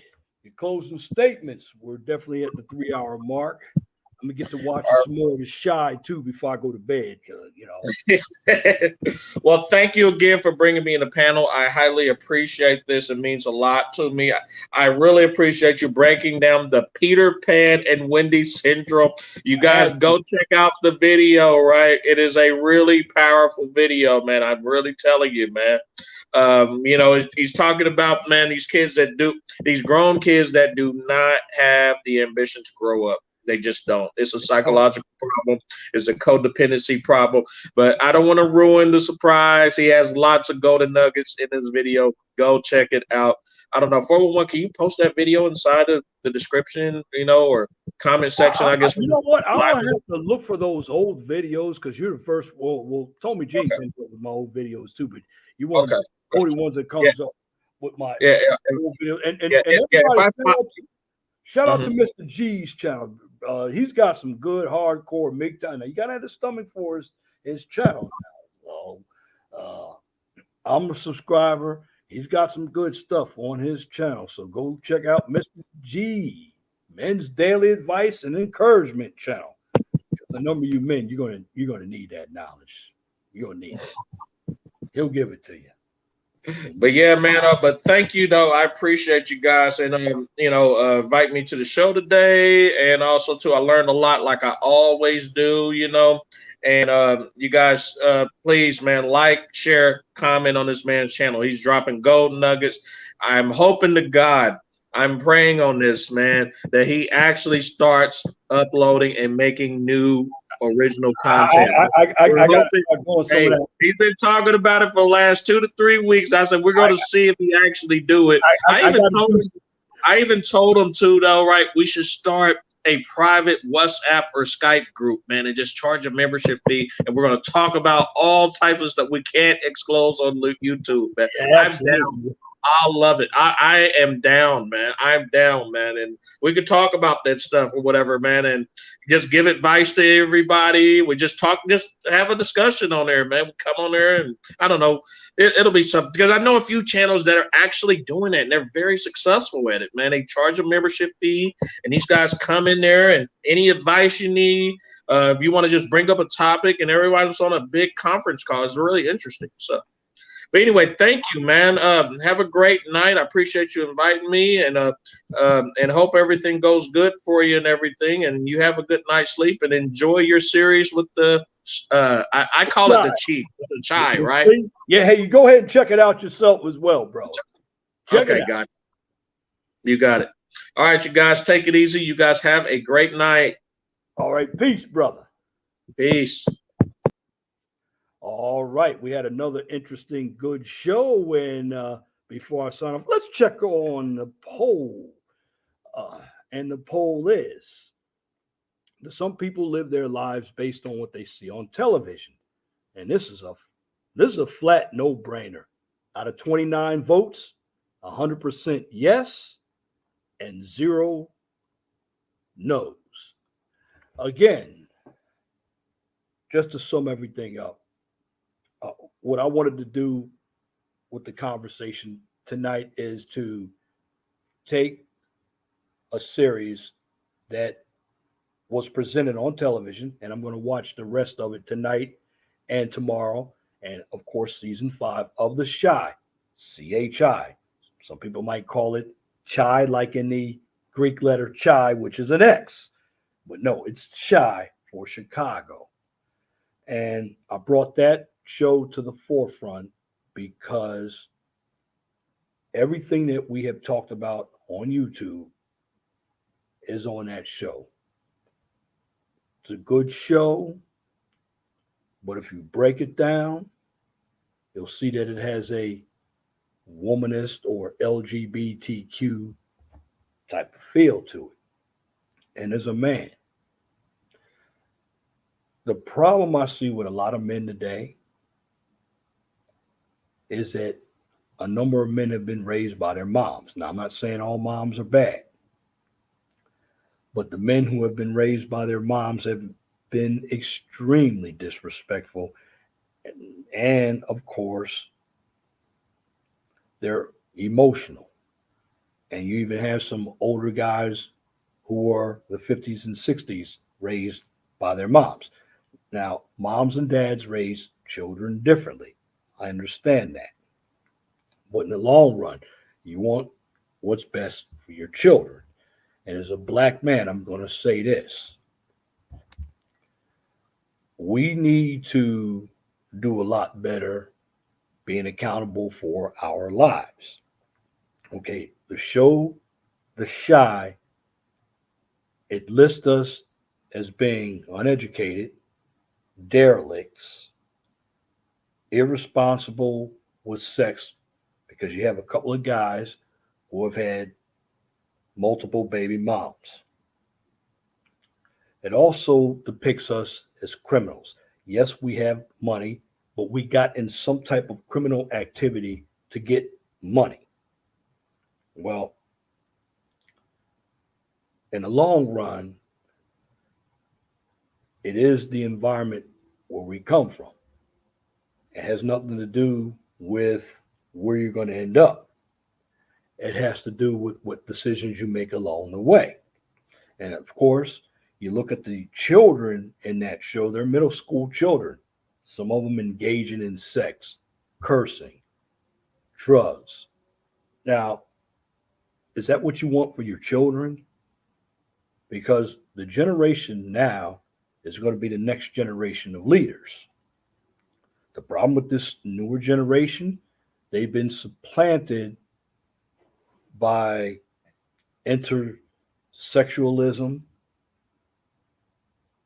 the LGBTQ. It's nothing wrong with what people do, even if I don't agree with it, as long as you're not hurting me or children. But in the end, as parents, number one, stop giving your children a position or say in the house. You're supposed to run the house. You're teaching your children not to respect you. And if they don't respect you, they're not going to respect anybody around you, and they're not going to respect others around them. Morals and values make a difference. Now, I'm not the morals and values king around here. I'm just going to replace what I believe morals and values as common sense. And as black men, we have to make changes in our lives so we don't become stereotypical black people living in the hood. And I'm not saying living in the hood is bad. What I'm saying is the actions that take place in the hood. Notice what I said, the action that takes place in the hood, because there are actually some good people who come from the hood. But where black men go wrong, it's what type of activity they get in. Now, of course, sometimes the mothers will put the sons out and they have nowhere to go. The suggestion I have for black men, if you want to get started on anything, number one, try to stay off of having a record. Go to the military. If school isn't for you, learn a trade. College is not going to be for everybody. Doesn't make you less of a man if you're doing a construction job. Just be productive. And for you ladies out there, I don't care how much education you have. Doesn't make you any better than a man either. I know on the shy it depicts women calling all the shots. Well, women, you can call the shots in your own house. But if you can't run your own house, how are you going to run a business? How are you going to run a corporation? Because children come from the teachings of the mother. The father's a disciplinarian, but the children are taught by their mom. But here's the problem. Moms teach children to be like them. If fathers are going to teach children, and there are fathers who do, they teach them to understand how the real world works. But in the end, with the shy, there's a lot of components that make their show. It's interesting, but it does come from a womanist point of view. And I'm just going to say this, you don't have to believe me. Take the time to watch it for yourself, because in the shy, you have the single motherhood, you have the poor men who are broke, you have the lesbians, there's a tranny, everything that comes from the nature of what's going on today is in that show. So take the time, go watch the show for yourself, because at the end of the day, you live one time. And living one time, if you want to navigate through this life, make good decisions. And that's my commentary for this edition of the 411 Talk Zone radio show right here on YouTube. If you like what I just presented, please comment, share, and subscribe. And if you're looking for some more educational material, check out the QCIS channel. On that channel, I give you a daily dose of science, technology, engineering, and math. Lately, I've been doing field videos. Just posted a video yesterday. Now, if you cannot find me on YouTube, you can always check both channels out. The channels are the 401 Talk Zone Radio Show and the QCIS channel. You can find them on Twitter. Now, for the QCIS channel, take it one step further. Since it's an educational channel, you can find that channel on LinkedIn. And at the end of the day, I'm going to leave you with this. Be blessed for what you have. Don't worry about what you don't have. Always know that the sun rises in the east and sets in the west. And when I speak, I already know that the fault is not all. So for the individuals who may have been offended by this content tonight, I'm just going to say this. If it doesn't apply, let it fly. But if the shoe fits, wear it. If you don't like the shoe, change it. Coming up, we'll have more good information next week here on the 401 Talk Zone Radio Show, right here on YouTube. And once again, my name is Leon Jones. I want you all to have a wonderful and gracious evening. God bless you. I'm out.